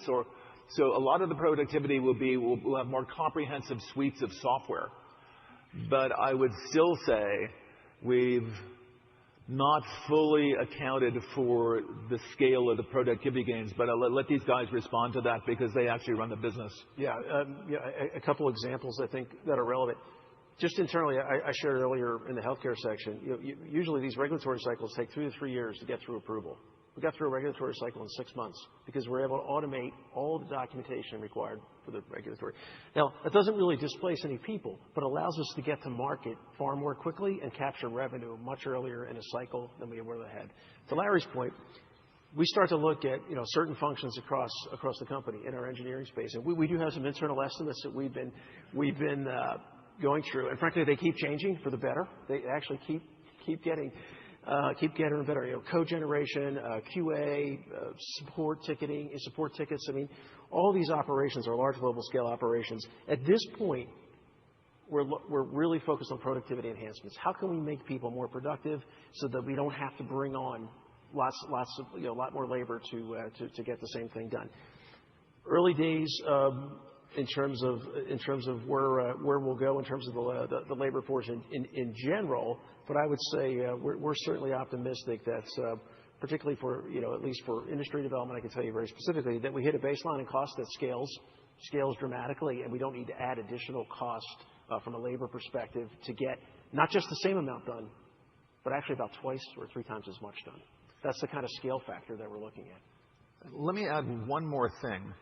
We really can't just look internally at how AI is going to change Oracle and make us more productive.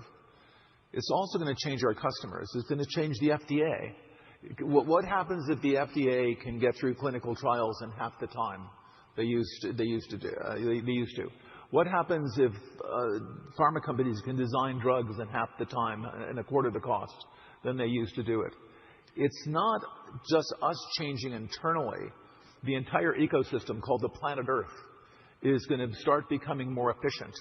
And there are going to be these incredible effects on the entire economy.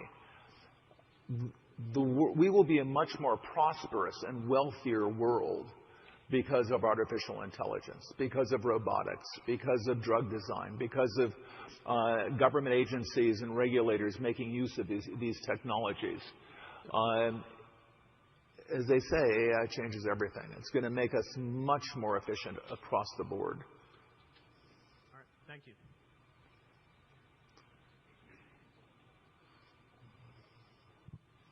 Wonderful.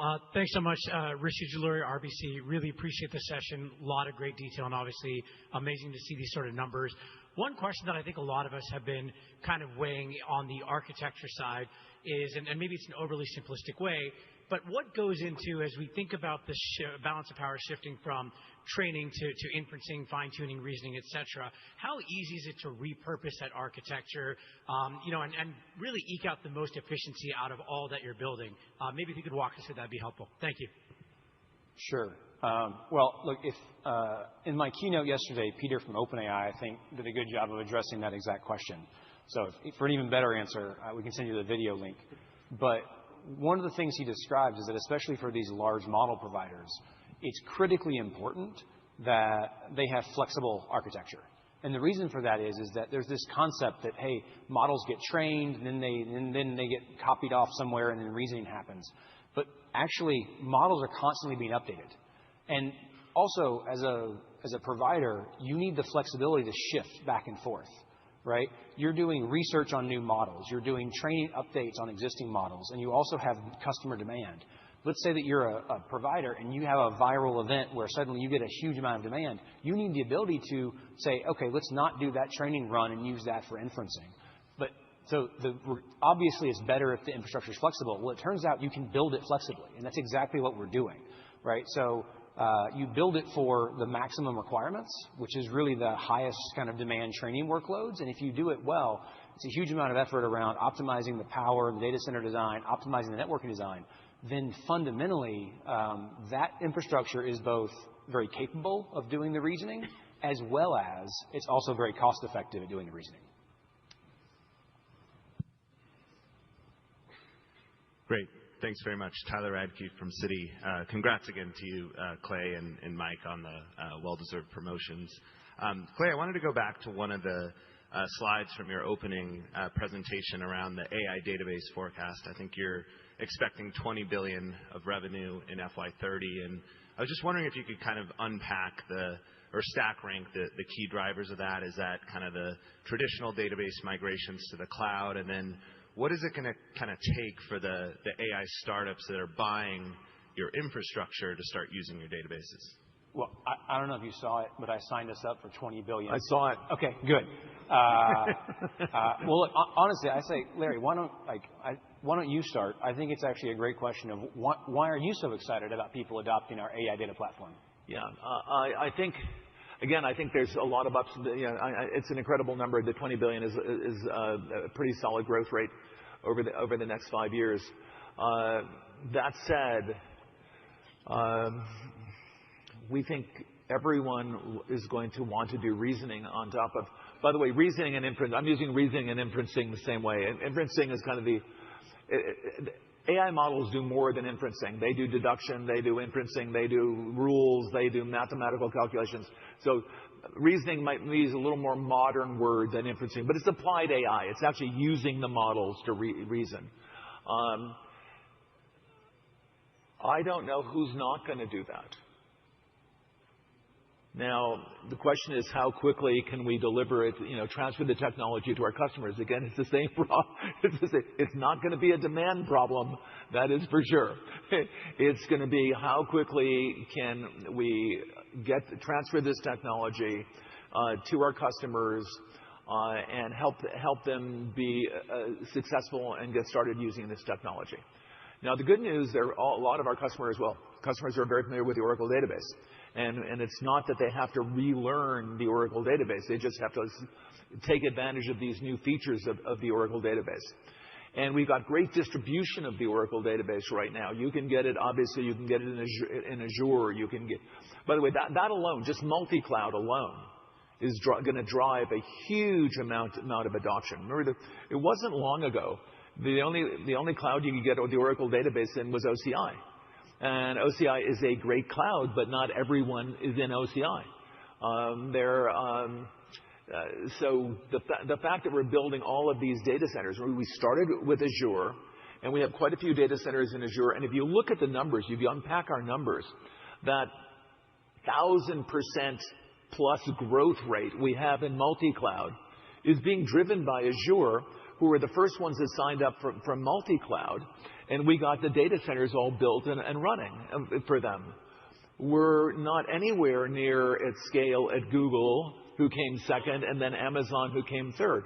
So just scaling out those data centers, just the normal migration, what you asked for, the normal migration that's going to be enabled because of multi-cloud is going to, I think, easily get us toward $20 billion. I'm not trying, believe me, I don't want to raise those numbers up any at all. But Clay said it at 20, I'll take it. But I think multi-cloud alone might get us there. Well, if multi-cloud alone gets us there, what about the use of it as a vector database for AI? It's very hard to extrapolate because we have no points. We really don't know how big that's going to be. But I think it's going to be it's going to be everybody. I think it's not just an accelerated business on its own as a platform service, but keep in mind, it's the same platform that we build all of our applications on top of as well. Yeah. So the $20 billion is just the revenue that we'll collect from that platform service alone. We're also very optimistic that this continues to propel our application growth because all of the agentic AI agents that we spoke about earlier today with Steve and Mark and Seema, all of that's built on top of the AI platform as well. And if not for that, we wouldn't be able to go as fast and grow our applications business as quickly as we are too. So it all sort of works. It all works together. Yeah, well, I think that's so interesting what Mike is saying, because you say, who are the first users of the AI data platform? It would be our internal application groups or our first users.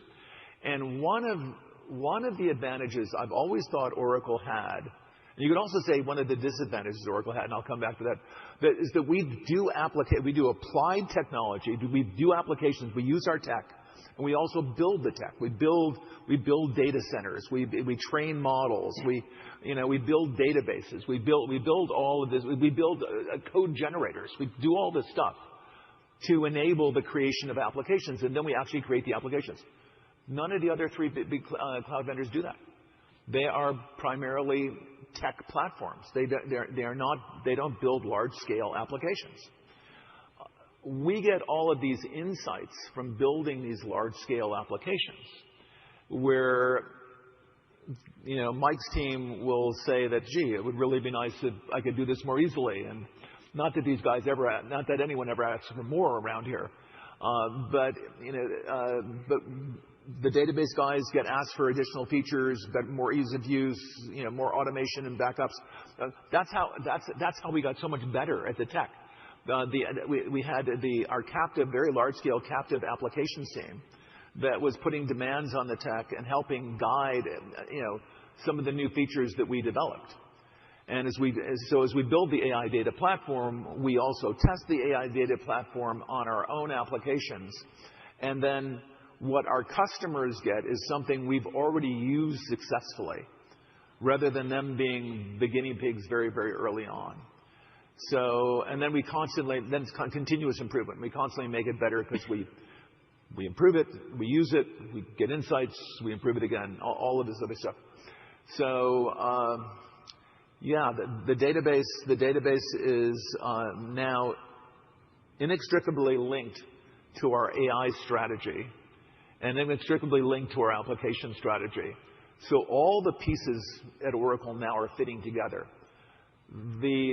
Why some people thought it was negative, people said, well, Oracle's trying to do too much, right? Said Oracle really needs to focus either on tech and spin off the application business. I remember hearing that a long time ago. Or they should just do applications and not try to do, because no one can do both. Well, so far we're the only one doing both, but one is more than zero. So we think it's working out very well for us. Hi there, this is Patrick Colville from Scotiabank. Great to be here, and really exciting time to be part of the Oracle story. I've got one for Clay, please, and one for Larry. So Clay, I think one of the big standout announcements this week from AI World was the AMD partnership. So my question is, I guess, what was the logic there for that AMD partnership?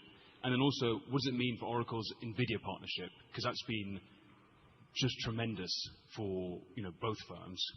And then, Larry, if I may, love the long-term targets. One of the questions we get from investors is, what happens beyond fiscal 30?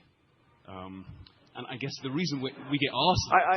I missed the funny part. What was we couldn't hear it up here. He said, what's beyond fiscal 30? So if you could just make up like a 31 projection and a 32, he would love it. It'd be... Oh, yeah. Well, wait till we talk about 40, man. That's going to be awesome. I'm looking forward to that. Do these AI labs, do the tier 1 AI labs, beyond the midterm, start insourcing infrastructure, or do they lean even more heavily on neo clouds, and can Oracle accelerate share gains in beyond the midterm? Sure. Okay. Well, let's start with the question. So look, I'm also very excited about the AMD announcement. And you said, okay, so what does it mean for AMD? What does it mean for NVIDIA? What does it mean for us? Well, first, look, we have an amazing relationship with NVIDIA, right? NVIDIA, I think everyone would agree, did a really good job of getting this industry started. And we, as a tech industry and as AI, we wouldn't be where we are today without the work that NVIDIA did both on the accelerator side and on the networking side. Now, I'm glad that AMD is doing a good job, because I think that we don't have a shortage of demand. We have a shortage of supply. Yep. And so the reality, I think that the biggest thing that I find myself having conversations with people across all areas is they're using a scarcity mindset in a world that doesn't have that problem. So for me, it's like, oh, well, if AMD does well, does that mean that NVIDIA is not going to do well? Or I look at it like, imagine there was infinite AI demand. What if we had options and choices that allowed us to scale even faster, right? So our AMD partnership is amazing. The reason we're doing it with them is they've been a great partner across our CPU business, our networking business. They make a good product, and our customers want it. So it's just good for all of us. But then you ask kind of the second question. Then I'll let you finish, Larry. You can make it think longer about 2031 and 2032. The reality is that I think that there's this perspective that these AI companies are only coming to us because they're temporarily out of luck, and they don't want to be doing that. We do a really good job. And we do a good job that actually complements and supplements what these people are doing. If you go, I would advise you to go talk to these people. You saw Peter, go watch my keynote from yesterday with Peter on stage. He doesn't need more problems. He's got a lot of work to do to be able to give the infrastructure he needs to all of his researchers and all the demand of this technology. Everyone wants help. So I don't think that there's a shift at 2031 or 2032 where suddenly people go, oh, there's no more AI infrastructure business for companies like Oracle. I think it's more interesting to figure out, we just talked about how we have so much unexpected demand from this inferencing and reasoning, and how that then goes out and makes everyone's lives better. Those are going to need computers too. So no, I don't see like a step shift. The reason we give the forecast out is we can only see so far. I think I'm going to let Mike talk about the future, because I think the future, to understand what the world is going to look like, you have to understand the automation in how the world's going to change. This is back. Okay, Oracle using AI. How is that going to impact our financials? Using it internally. Well, let's look at our medical business, and then I'm going to let Mike go into detail about that. We need to work with the FDA to make it more efficient to a drug that works to get it approved more quickly.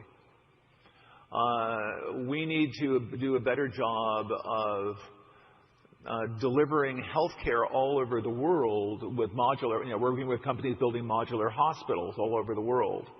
And I know in some countries healthcare is considered a human right. In other countries, healthcare is hardly existent. We have the chance to democratize a lot of these technologies, make governments more efficient. Sometimes governments are, big corporations might not be very optimally efficient. AI is going to help that. Governments will be more efficient. Poorer countries will get food supplies. They will get energy supplies. They will get hospitals. But they'll get this next generation of smart hospitals. Mike, maybe you can go into again that the world, how we benefit as the world gets better. Well, I think what does it look like beyond 2030? I think we're rapidly heading towards self-implementing, self-learning, self-healing systems. You can certainly get your head around what that means for the GDP. If you just look at, to Larry's point, something like healthcare and hospitals, and I'll expand on that in a second. What does it mean in terms of Oracle? It's hard to say. I can't imagine that there's anything negative to say about it, because I like our chances of being able to deliver that full system ecosystem.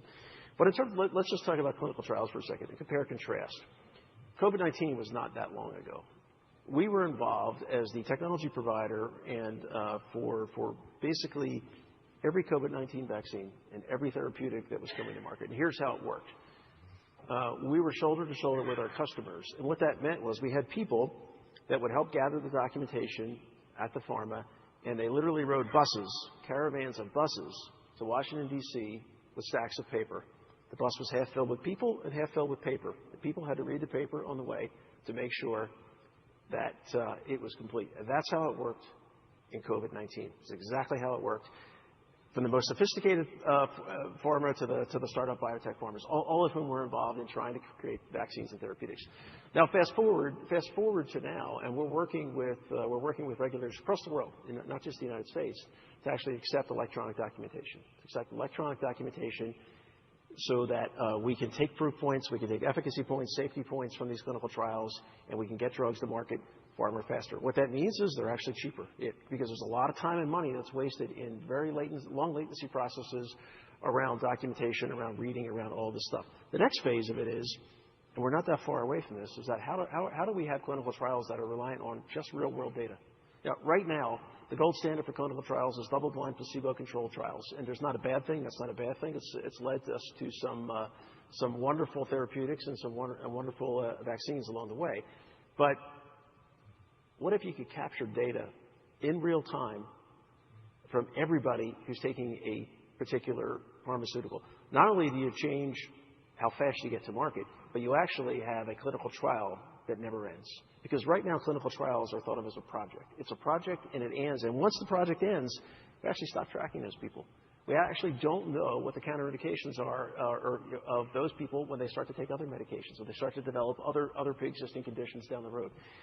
I think that that's an example of not just changing the way an industry works, but actually benefiting humanity in a way that is really just, it's hard to put a monetary value on what that means just yet. But I will tell you that we are very, very quickly approaching the spot where the technology is not the barrier to make any of that happen. But there's one key. You have to have all the data in one spot. You have to have an AI data platform to actually make that work. You've got to be able to get all that data very quickly. You've got to be able to collect it from multiple endpoints in real time, and I like our chances to do that. That's just one example, Larry, of one industry. I could go on about all 22, but the fact that what you've done, I mean, it impacted us. The fact that hospitals suddenly have access, they're connected to the banks, and we've connected hospitals to banks. Now the banks can look at if you will, a bunch of receivables and see, are those receivables is the payer likely to pay, the insurance company likely to pay the hospital, and can I safely make a loan to the hospital? So again, these ecosystems, as they get connected, so the liquidity you're providing to the medical business. Maybe just a couple minutes on that. And I love the example on, there's an Oracle example that did directly affect our quarter. Absolutely. Yeah. Yeah, no, it's worth mentioning. It's so interesting. Can I give that? I'll give that. Yeah, you got it. All right. So we had the banks here earlier. We had JP Morgan and Bank of America here earlier, and they went into quite a bit of detail about the ecosystem. So I think to your point, Larry, we're not just talking about automating the healthcare system. We're actually talking about creating the ecosystem that didn't exist before. That ecosystem is the automated, real-time, autonomous connection between the banks and the providers.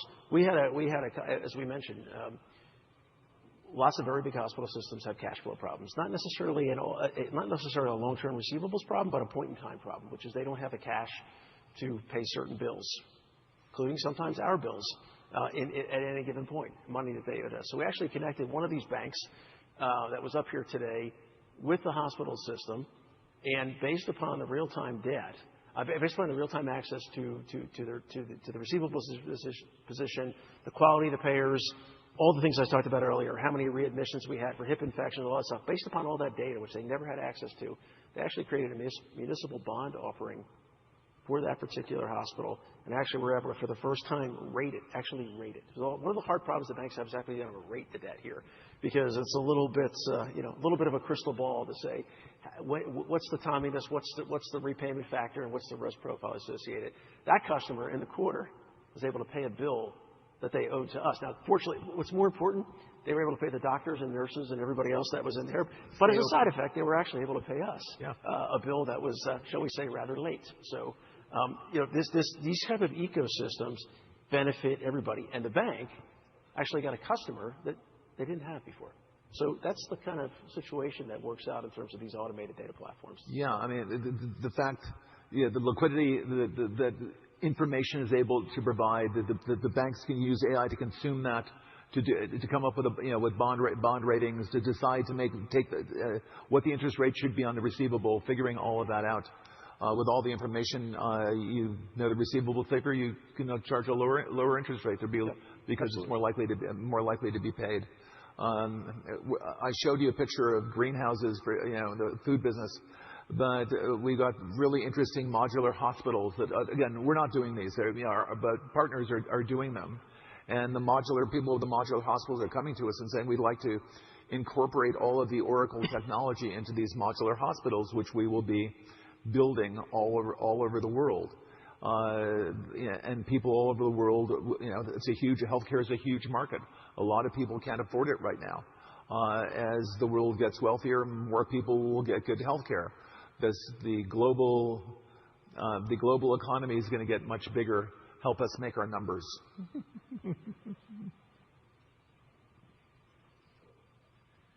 Siti Panigre from Mizuho. Larry, I want to ask you about enterprise application software. How is that going to evolve in this AI world? Means, do you expect this to be rewritten like we see in prior architectural states like client server, 3-tier cloud applications were rewritten?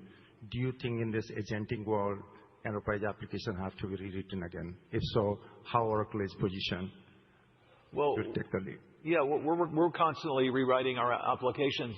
Steve, I remember I gave this speech. Every 3 months, we come up with a new version of our applications, which is just unbelievable. If you think about what it used to be like, and SAP customers would upgrade every 20 years, even if they didn't need to. Actually, sometimes they wouldn't upgrade in 20 years. 30 is fine, because it's. What's some of those SAP implementations? In excess of $1 billion to put in SAP. You don't want to do that every 3 months. So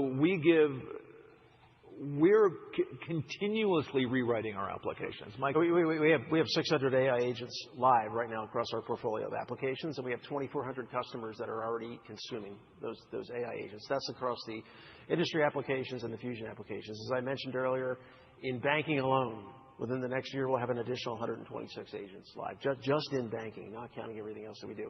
And by the way, if history is any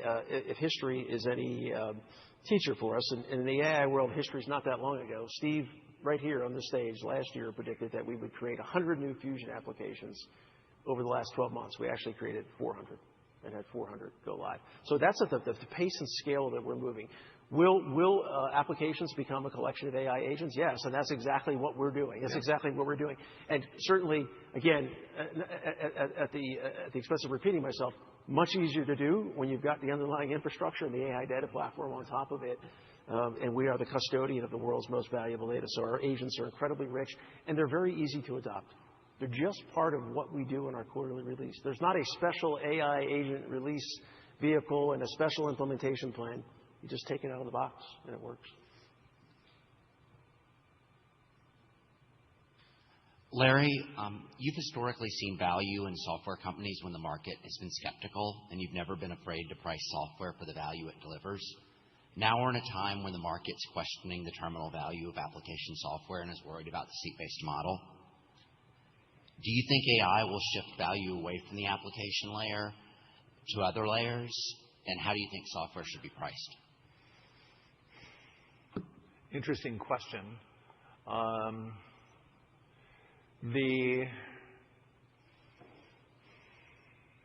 Do I think the seat-based model works?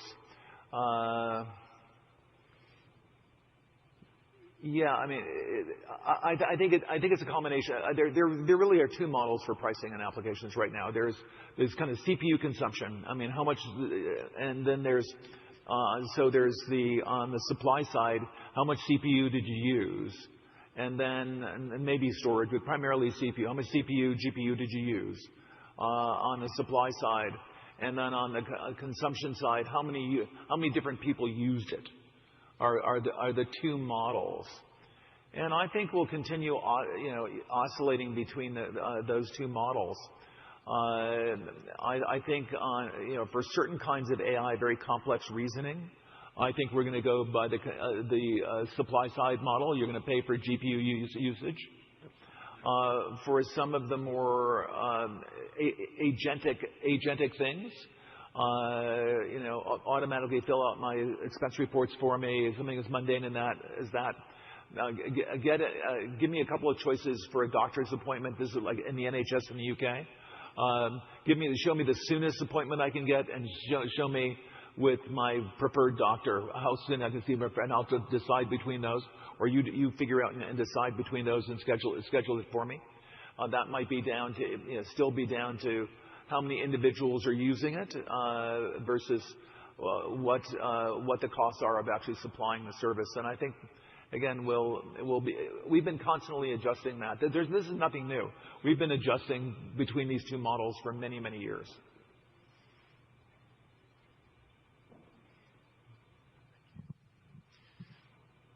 What I don't think makes sense, by the way, is people saying, well, here's my application, and here's the really cool AI stuff you buy separately. Yeah.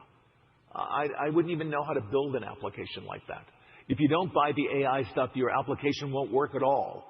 I mean, it is your application. So I don't understand the separate charge stuff where it's the application.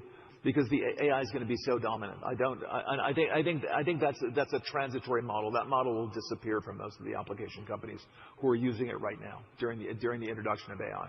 We're more in the middle of this, converting our applications to AI, where they don't work without the AI parts. Hi, excuse me. It's John DiFucci from Guggenheim. And Larry, thanks for that answer. That was actually my question. That last part too, I really appreciate. But another question I had was, AI changes everything. In Oracle, some of the stuff you showed us today is changing the world of healthcare and maybe agriculture. I mean, these are things that, Oracle's always run a business for profit. But I see something more here, like to me anyways, having covered Oracle for 26 years, it's Oracle sort of doing good for the world. Not that you haven't before. Technology itself does it. But I guess going back to running a business for profit, because there's a lot to do with Cerner. You guys, you acknowledge you have to rewrite everything, and you're doing that. But when should we expect something like Cerner, which is huge, to get to the profit margins we'd expect for a software company, if ever? And how should we think about that? Well, I'll give you a very high-level answer because I work at a very high-level space, and he's the guy who builds those applications. I'll let him go into the detail. But I think we will have largely finished the rewrite of all of Cerner next year. Everything will be new, and we will have a comprehensive. And it's not just Cerner that we rewrote. We're writing agents for payers. We're writing agents for clinical trials and all of these other things. So it's going to be much bigger than Cerner ever was. Cerner automated hospitals and clinics. This is automating the entire healthcare ecosystem down to individual patients and individual doctors, individual nurses. The code will be in place next year. And I really don't understand how a small company can compete with what we're doing in healthcare. But Mike, take it. So in terms of doing good for the world, you're absolutely right. I mean, and I'll tell you that there's nothing more inspiring, and there's nothing that'll tug at your heartstrings more than walking around a VA hospital and looking and working with people, which we do every day, who are caring for those who serve our country, the United States. And that's a mission for us that will continue to be a mission, and we will deliver for all of those people and actually all hospitals worldwide. So you're absolutely right. There is something here that's a mission, and we've got people rallied around that mission. In terms of thinking about how the business evolves profitably, I don't think we should stop and just think about Cerner. I think we should think about the entire ecosystem of what we built. We had customers, two of Epic, our primary competitor in the EHR market, two of their largest customers in the world. The CEOs were on stage with Siemens just 3 weeks ago at our Orlando conference, and they were talking about the AI data platform. We're not just talking about the EHR. We're talking about all of it. And it's going to take all of it to fix at least the American healthcare system. The American healthcare system, there's no more money to go into the American healthcare system. We said earlier, we actually have to be successful. We have to take money out of the American healthcare system. But I think we can make more money doing that, because the only way to take money out of the American healthcare system is to be able to automate the entire process. Just the EHR is not enough. It's got to be supply chain. It's got to be HR. It's got to be finance. It's got to be the banking thing, the banking relationship. It's all of that. Right. And when you look at our Fusion business, healthcare is actually one of our most popular businesses for our HCM and ERP applications. In fact, we're doing wonderfully well in the healthcare business with our Fusion business. When you look outside the United States, we are the largest provider, and our growth profiles are excellent outside the United States in just the pure EHR market before you even count all the rest of it. We just won a deal yesterday in the Middle East that was signed here, displaced SAP with Fusion, with our Oracle Health EHR, with OCI for all their bespoke workloads. People are buying all of it. So we no longer think about the Cerner margin, so to speak. In the first couple of years of acquisition, obviously we keep those things separate, but we don't think about it as Cerner anymore. We think about it as the Oracle Health ecosystem. And when you put that all together, we're actually already operating at a clip which is not diluting the company, not diluted to the company margin. And I think to the point that Larry made, I just don't see how a competition is going to keep up with what we're doing, because I go all the way back to sort of first principles with and this is what I said to some analysts at our health conference. How many fuel cell power plants is Epic building? That's the first question I asked, right?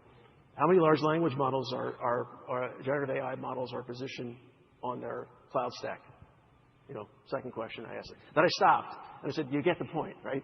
Unless you're going to do all of it, you're actually not going to do that. And I think the healthcare system in the United States is tiring of point solutions. They're tiring of very large system integrators. They don't have the money. Just don't have the money. The only answer is complete system automation. And for those reasons, I think we're going to be just fine, if not wonderful in healthcare. And to your most important point, going to do well for the world in the process. Let me just add one thing that I've said several times before, that is, what is our model for all of this? My model, at least in my head, is Musk's law. I don't think Elon ever created Musk's law. I mean, he didn't write it down, but he just did it. And if you look at Tesla, how did you? He had to build an electric car ecosystem. He couldn't. The problem was not building an electric car. I mean, if you build an electric car, you've got to be able to recharge that car in Sweden and Norway and Vietnam and all these other places. How do you build a global charging system? How do you do that? How do you building an electric car is really easy. Rivian can do it. A lot of people can do it. I can build an electric car in my basement. But how do you build 10 million of them, 20 million of them a year? How do you build those factories? The largest building ever built in human history was in Austin, Texas. It's a Tesla factory filled with robots. You got to build robots. The robots he's building, the Optimus robots, the first inspiration, the first use of those Optimus robots are in Tesla factories. He had to create the back of the Model Y is one piece of steel. It's lighter, so he had to create all new stamping machines, for doing this. Different machines, different, factory automation, supply chain, battery technology, battery science. Had to do the whole ecosystem for an electric car to change transportation. But he did it, and it works pretty well. Those cars are rather inexpensive, considering they have these incredible computers in the drive them. And he had to solve one of the hardest AI problems of all time, which is self-driving and real-time AI. So you take what he did at Tesla, and that's how at least we look at the ecosystem for healthcare. It's not simply a hospital or a clinic. It's the patients. How do patients make appointments? How do payers decide to authorize that hip replacement or not? What's the process they go through? How does a regulator approve a new drug? How does a pharma design a new drug? That's the health ecosystem, by the way, a good deal more complicated and larger and a bigger opportunity than the electric car market, even if the electric cars are fancy electric cars and fully robotic. So the way we're approaching these problems, the way Mike's teams are approaching these problems, is to look at automating the entire ecosystem. Our HR teams changed when we bought Cerner, because we now had to train doctors, train nurses, schedule people differently. It was they were partially gig economy, partially hospital employees. Supply chain, inventory, all the shipping. Keeping track of inventory in hospitals, unbelievably complicated. And I'm not going into all of the details, but we had to design RFID tags and RFID readers. There's security in hospital systems. It's doing the entire ecosystem. If you do the entire ecosystem, you get a much better result. And it's a much, much bigger opportunity. Thank you. I just wanted to say congrats to Mike and Clay. Obviously, you guys are going to be great partners with Larry, but it's the only time I'll say this, but I kind of miss Safra a little bit. She's here. She's here. You know? Unless you folks, Larry, Mike, Clay, unless you want to keep going, this will be the last question. But if you want to keep going, they'll stay here all day with you. So your call. It's up to these guys. I've got nothing to do. I'm retired. You know? Not true. It's really not true. Safra was just shaking her hand. No. Yeah, okay, so you get to retire, I don't? Okay, something's very wrong with that. That doesn't mean I know you're not retired, but you're sitting there and somehow I'm still sitting here. Okay, all right, I'll figure it out in time. I think you guys want to keep going a little bit? Up to you guys. Ready? Yeah. Okay. Hey, guys. Fire away. Awesome. I'm over here, Larry Brad Zelnick with Deutsche Bank to your left. I actually have two questions. Larry, my first one, I've been coming here for many years, and every year I look forward to seeing you and the team. Every year I get a year older, and you seem to stay the same age. So, if it were only true. My first question, if you have one or two tips for how we all stay young, I would love to hear it. My second question. Oh my God. For you and for Clay. I'll send you the research papers. Okay. As we think about Stargate, can you talk about how strategic AI is to governments around the world and how Oracle is working with them hand in hand to make it all a reality? Thanks. Yeah. Well, I mean, I think if you imagine for a minute that you were a government, and let's imagine that what we've all been saying is at least mostly true, you would want to make sure that you have that technology available inside your country and to your citizens. Otherwise, it's, I think in the same way that people have, for the past few hundred years, well, how do I manage my food supply? How do I manage my energy generation? How do I make sure I have the right telecommunications? Right? AI is technology that we think is even more valuable than that. You need to have access to it. And so we're in constant conversations with different governments in multiple different areas. I think one aspect of it is around how do you make sure that your citizens are getting access to the AI, right? And that's about bringing access to those models to those different geographies. There's the conversation about, well, how do we get things like sovereign AI? Part of the way in which we solve that, if you think it, when I was talking about our distributed cloud situation, we have a set of technologies that enable us to actually deploy regions globally, to enable them for individual customers, but also for local sovereign operators. So as an example, the one I used earlier about eAnd, they not only have a sovereign alloy that they're using to serve the needs of the UAE government, they also have access to the latest and greatest GPUs inside that environment. So I think it's critically important for all of these governments to have that technology, not just from an infrastructure perspective, but then also making sure that, because if you don't have the infrastructure, how can you suddenly then deploy the latest and greatest EHR on top that makes use of all that AI? And as Larry said, we don't have a non-AI version anymore.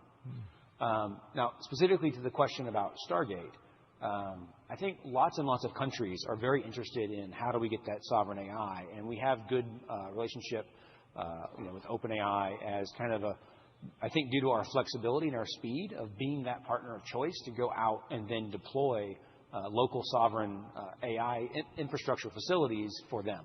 And so there was UAE Stargate. There's things that we're working on right now in Africa. I just had a conversation with a customer yesterday out of Latin America that's very interested in the same thing. And part of what I think makes us a great partner in those sovereign AI conversations is that we can scale up and we can scale down. Not all countries need a 500 megawatt OpenAI deployment. Some of them might be very well served by 5 megawatts. Well, we can do that, and we can do it quickly. And our relationship with the top leading model providers actually works to our advantage, because then we can go deploy the infrastructure, and then suddenly the AI is available, both in terms of sovereignty as well as in local secure access. So I think Oracle is extremely well poised across all the different layers of the stack for sovereign AI and enabling all the world's citizens to get access to that technology in a secure and controlled way. Hey guys, Alex Zukin with Wolfe Research. Thank you for an amazing day filled with truly unbelievable numbers. I have maybe just a quick 3-part question, which is only 3 parts. A quick 3-part question. Is there a prequel? I have a really fast 9-part question. Yes. I'm just sorry. I'm just enjoying myself up here. As we look at the pacing of reasoning versus training, when does that inflection point happen? Like in 2030, what does that workload ratio look like? Because it's important for margins. Interesting. You talk about demand and supply. How do we think about the pacing of CapEx to facilitate that? And then any backstory on how you're able to kind of jump over some of these other hyperscalers to win and become the preferred vendor for some of the model companies as they scale beyond what we all thought was possible in a given time scale? Those questions have almost nothing to do with each other. I feel like it's like, would you like a scoop of ice cream on the salad with some bread? I've already forgot. Did you remember the first part of the question? Yeah. I'll start with the last part. Why are people picking us? At least I remember that part of the question. I can answer it quickly. Look, the reason that customers are picking us is for the reasons that we say customers are picking us, and for the same reasons that those customers also stand up and tell people like you why they're picking us. And like I said, Peter from OpenAI was on stage yesterday explaining exactly why they pick us. It's because we are extremely fast at getting things done. Everyone has excess needs. If you can be somebody that has an answer that says, okay, you need capacity. If you go 2 years, 2 years, 2 years, 8 months. Okay, well, I like 8 months better than 2 years. Okay, if you have unique requirements where you show up and you're like, hey, I have custom requirements around some of my networking or the way in which I want to power cap this infrastructure, or I want to co-design it with you, or perhaps I want to deploy it in a location that might have lower cost. Okay, no, yes. Okay, so if someone's saying yes to the things that you need and they're delivering very, very rapidly, and they're extremely high performance and very cost efficient, that's why people are picking us. And that's why it's not just one customer, it's all of the customers, both very, very large customers and small customers, right? When I showed the details of that 700+ AI infrastructure customers, that's why they're all choosing OCI. Now, not 100% of the market. We do definitely have competition, but as we continue to execute, and as you know, I think Peter said yesterday, this community is very small. As this information gets out there more and more, all of those people are coming to us with more and more capacity demands. Now you're going to have to repeat the other two sections because I already forgot. Yeah, Larry, you want to talk about training versus reasoning and how you think it changes? Well, everyone's going to do reasoning, and very few people are going to do training. So it will definitely cross over. I think it's a great question, and actually it's quite a fabulous question, because I don't think we have enough data points yet to be able to figure out when it's going to cross over. I think what's going to help is the AI. Believe it or not, I think it has a lot to do with how good our data platform is. If our AI data platform is as good as we think it is, it's going to help people get to inferencing/applied AI/reasoning, all the same thing, using the models as opposed to training the models, which is, again, everybody. So we have to make it easy for everybody to do on their own private data. 5 years from now, will we still be spending more money on training than on reasoning? I don't know. Anyone, Clay, you want to take a shot at that? Well, I'm going to have a complicated answer, and then Mike's going to have a useful answer.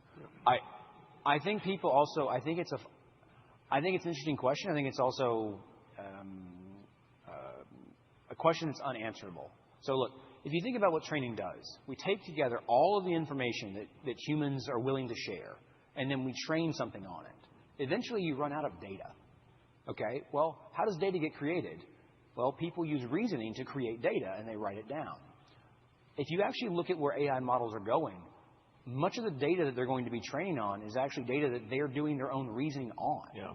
So I think this question, if you actually look at what I think in 5 years, what most training of AI models looks like, it looks like AI models thinking. Interesting answer. And then AI models using the results of that and going, is this better or not? If you look at how, RLHF, right, reinforcement learning with human feedback works today in these AI models, what's happening is you train a model and then you give the results out to human beings who score it. And then you feed that back into the training data. Guess what happens as the models get really smart? You don't pay a bunch of people to score the outputs. Right. You have models score the outputs. So I think that that's kind of what I think Peter yesterday was trying to say was like, hey, you think of these as different things. They are the same thing. Yeah. And in the same way that we don't think of our brain as like, well, are we using our reasoning function right now? Are we learning? You're constantly reasoning, and as you're reasoning, you're also learning. It's going to be this iterative cycle. Let me reframe the question. So I think it's really simple in ways much. Forgive me. I think simpler to understand. When will people creating AI models be taking in more money than they're spending? Well, I think that actually depends less on how much money they're taking in, because that's growing very, very rapidly. I think it's when do we reach diminishing returns on spending extra money, how it makes it more valuable. And if I had the answer to that, we would do a different company. Yeah, even the simpler version of the question is still hard. Is the same question and still hard to answer. When we create hard to answer. I think the problem I have, and I agree with everything Clay said. It gets very blurry because every time you ask AI a question, it's learning something. It's training itself. So what is training? What is inferencing / reasoning? How fast does, let's just pick one example, OpenAI or Grok, how long are they in hyper growth mode where they're spending money faster than their revenue? Because that's very common in the early, obviously railroads obviously spend a lot of money. When does it cross over? When do passenger tickets, exceed laying of track? I don't think we have quite enough data yet on inferencing and the speed of inferencing growth. Though one of the most interesting calls we ever got was, "Hey, do you guys have any capacity?" Well, where? Anywhere? Well, how much are you looking for? All of it? You want to buy all the capacity we're not using everywhere in the world? Yeah. Okay. I've never heard that one before, but I haven't heard a lot of this stuff before. This is very strange. I remember I called Safra. I said, someone just called and said, what the hell is going on? I mean, it's not like I was trying to sell anything. I mean, they called us. I just wanted to buy everything we had. So I don't think we have quite enough data. I think we'll understand it a lot better believe it or not, a year from now. I mean, it sounds funny, but I think Mike? It's really a philosophical, multi-part question. It's a great question. How does synthetic data feed into this? Is it really retraining or is that inferencing? And then, the next frontier too is how does private data fit into all this? And do we take some of that scale and create very rapid small language models too for enterprises? I think that's going to continue to evolve over the next, I would say 2 years, but probably not even at the rate we're moving. We're going to have clarity on that. But I think either way, we're going to be in a good position to serve those markets. Yeah. I'm going to say this is the last question for me. Yeah. You guys keep going. It's fine. If he leaves, I'm leaving. Mike. Okay. Yes. We work together as a group, okay? You can't just walk off and leave me and Mike out here. Watch me.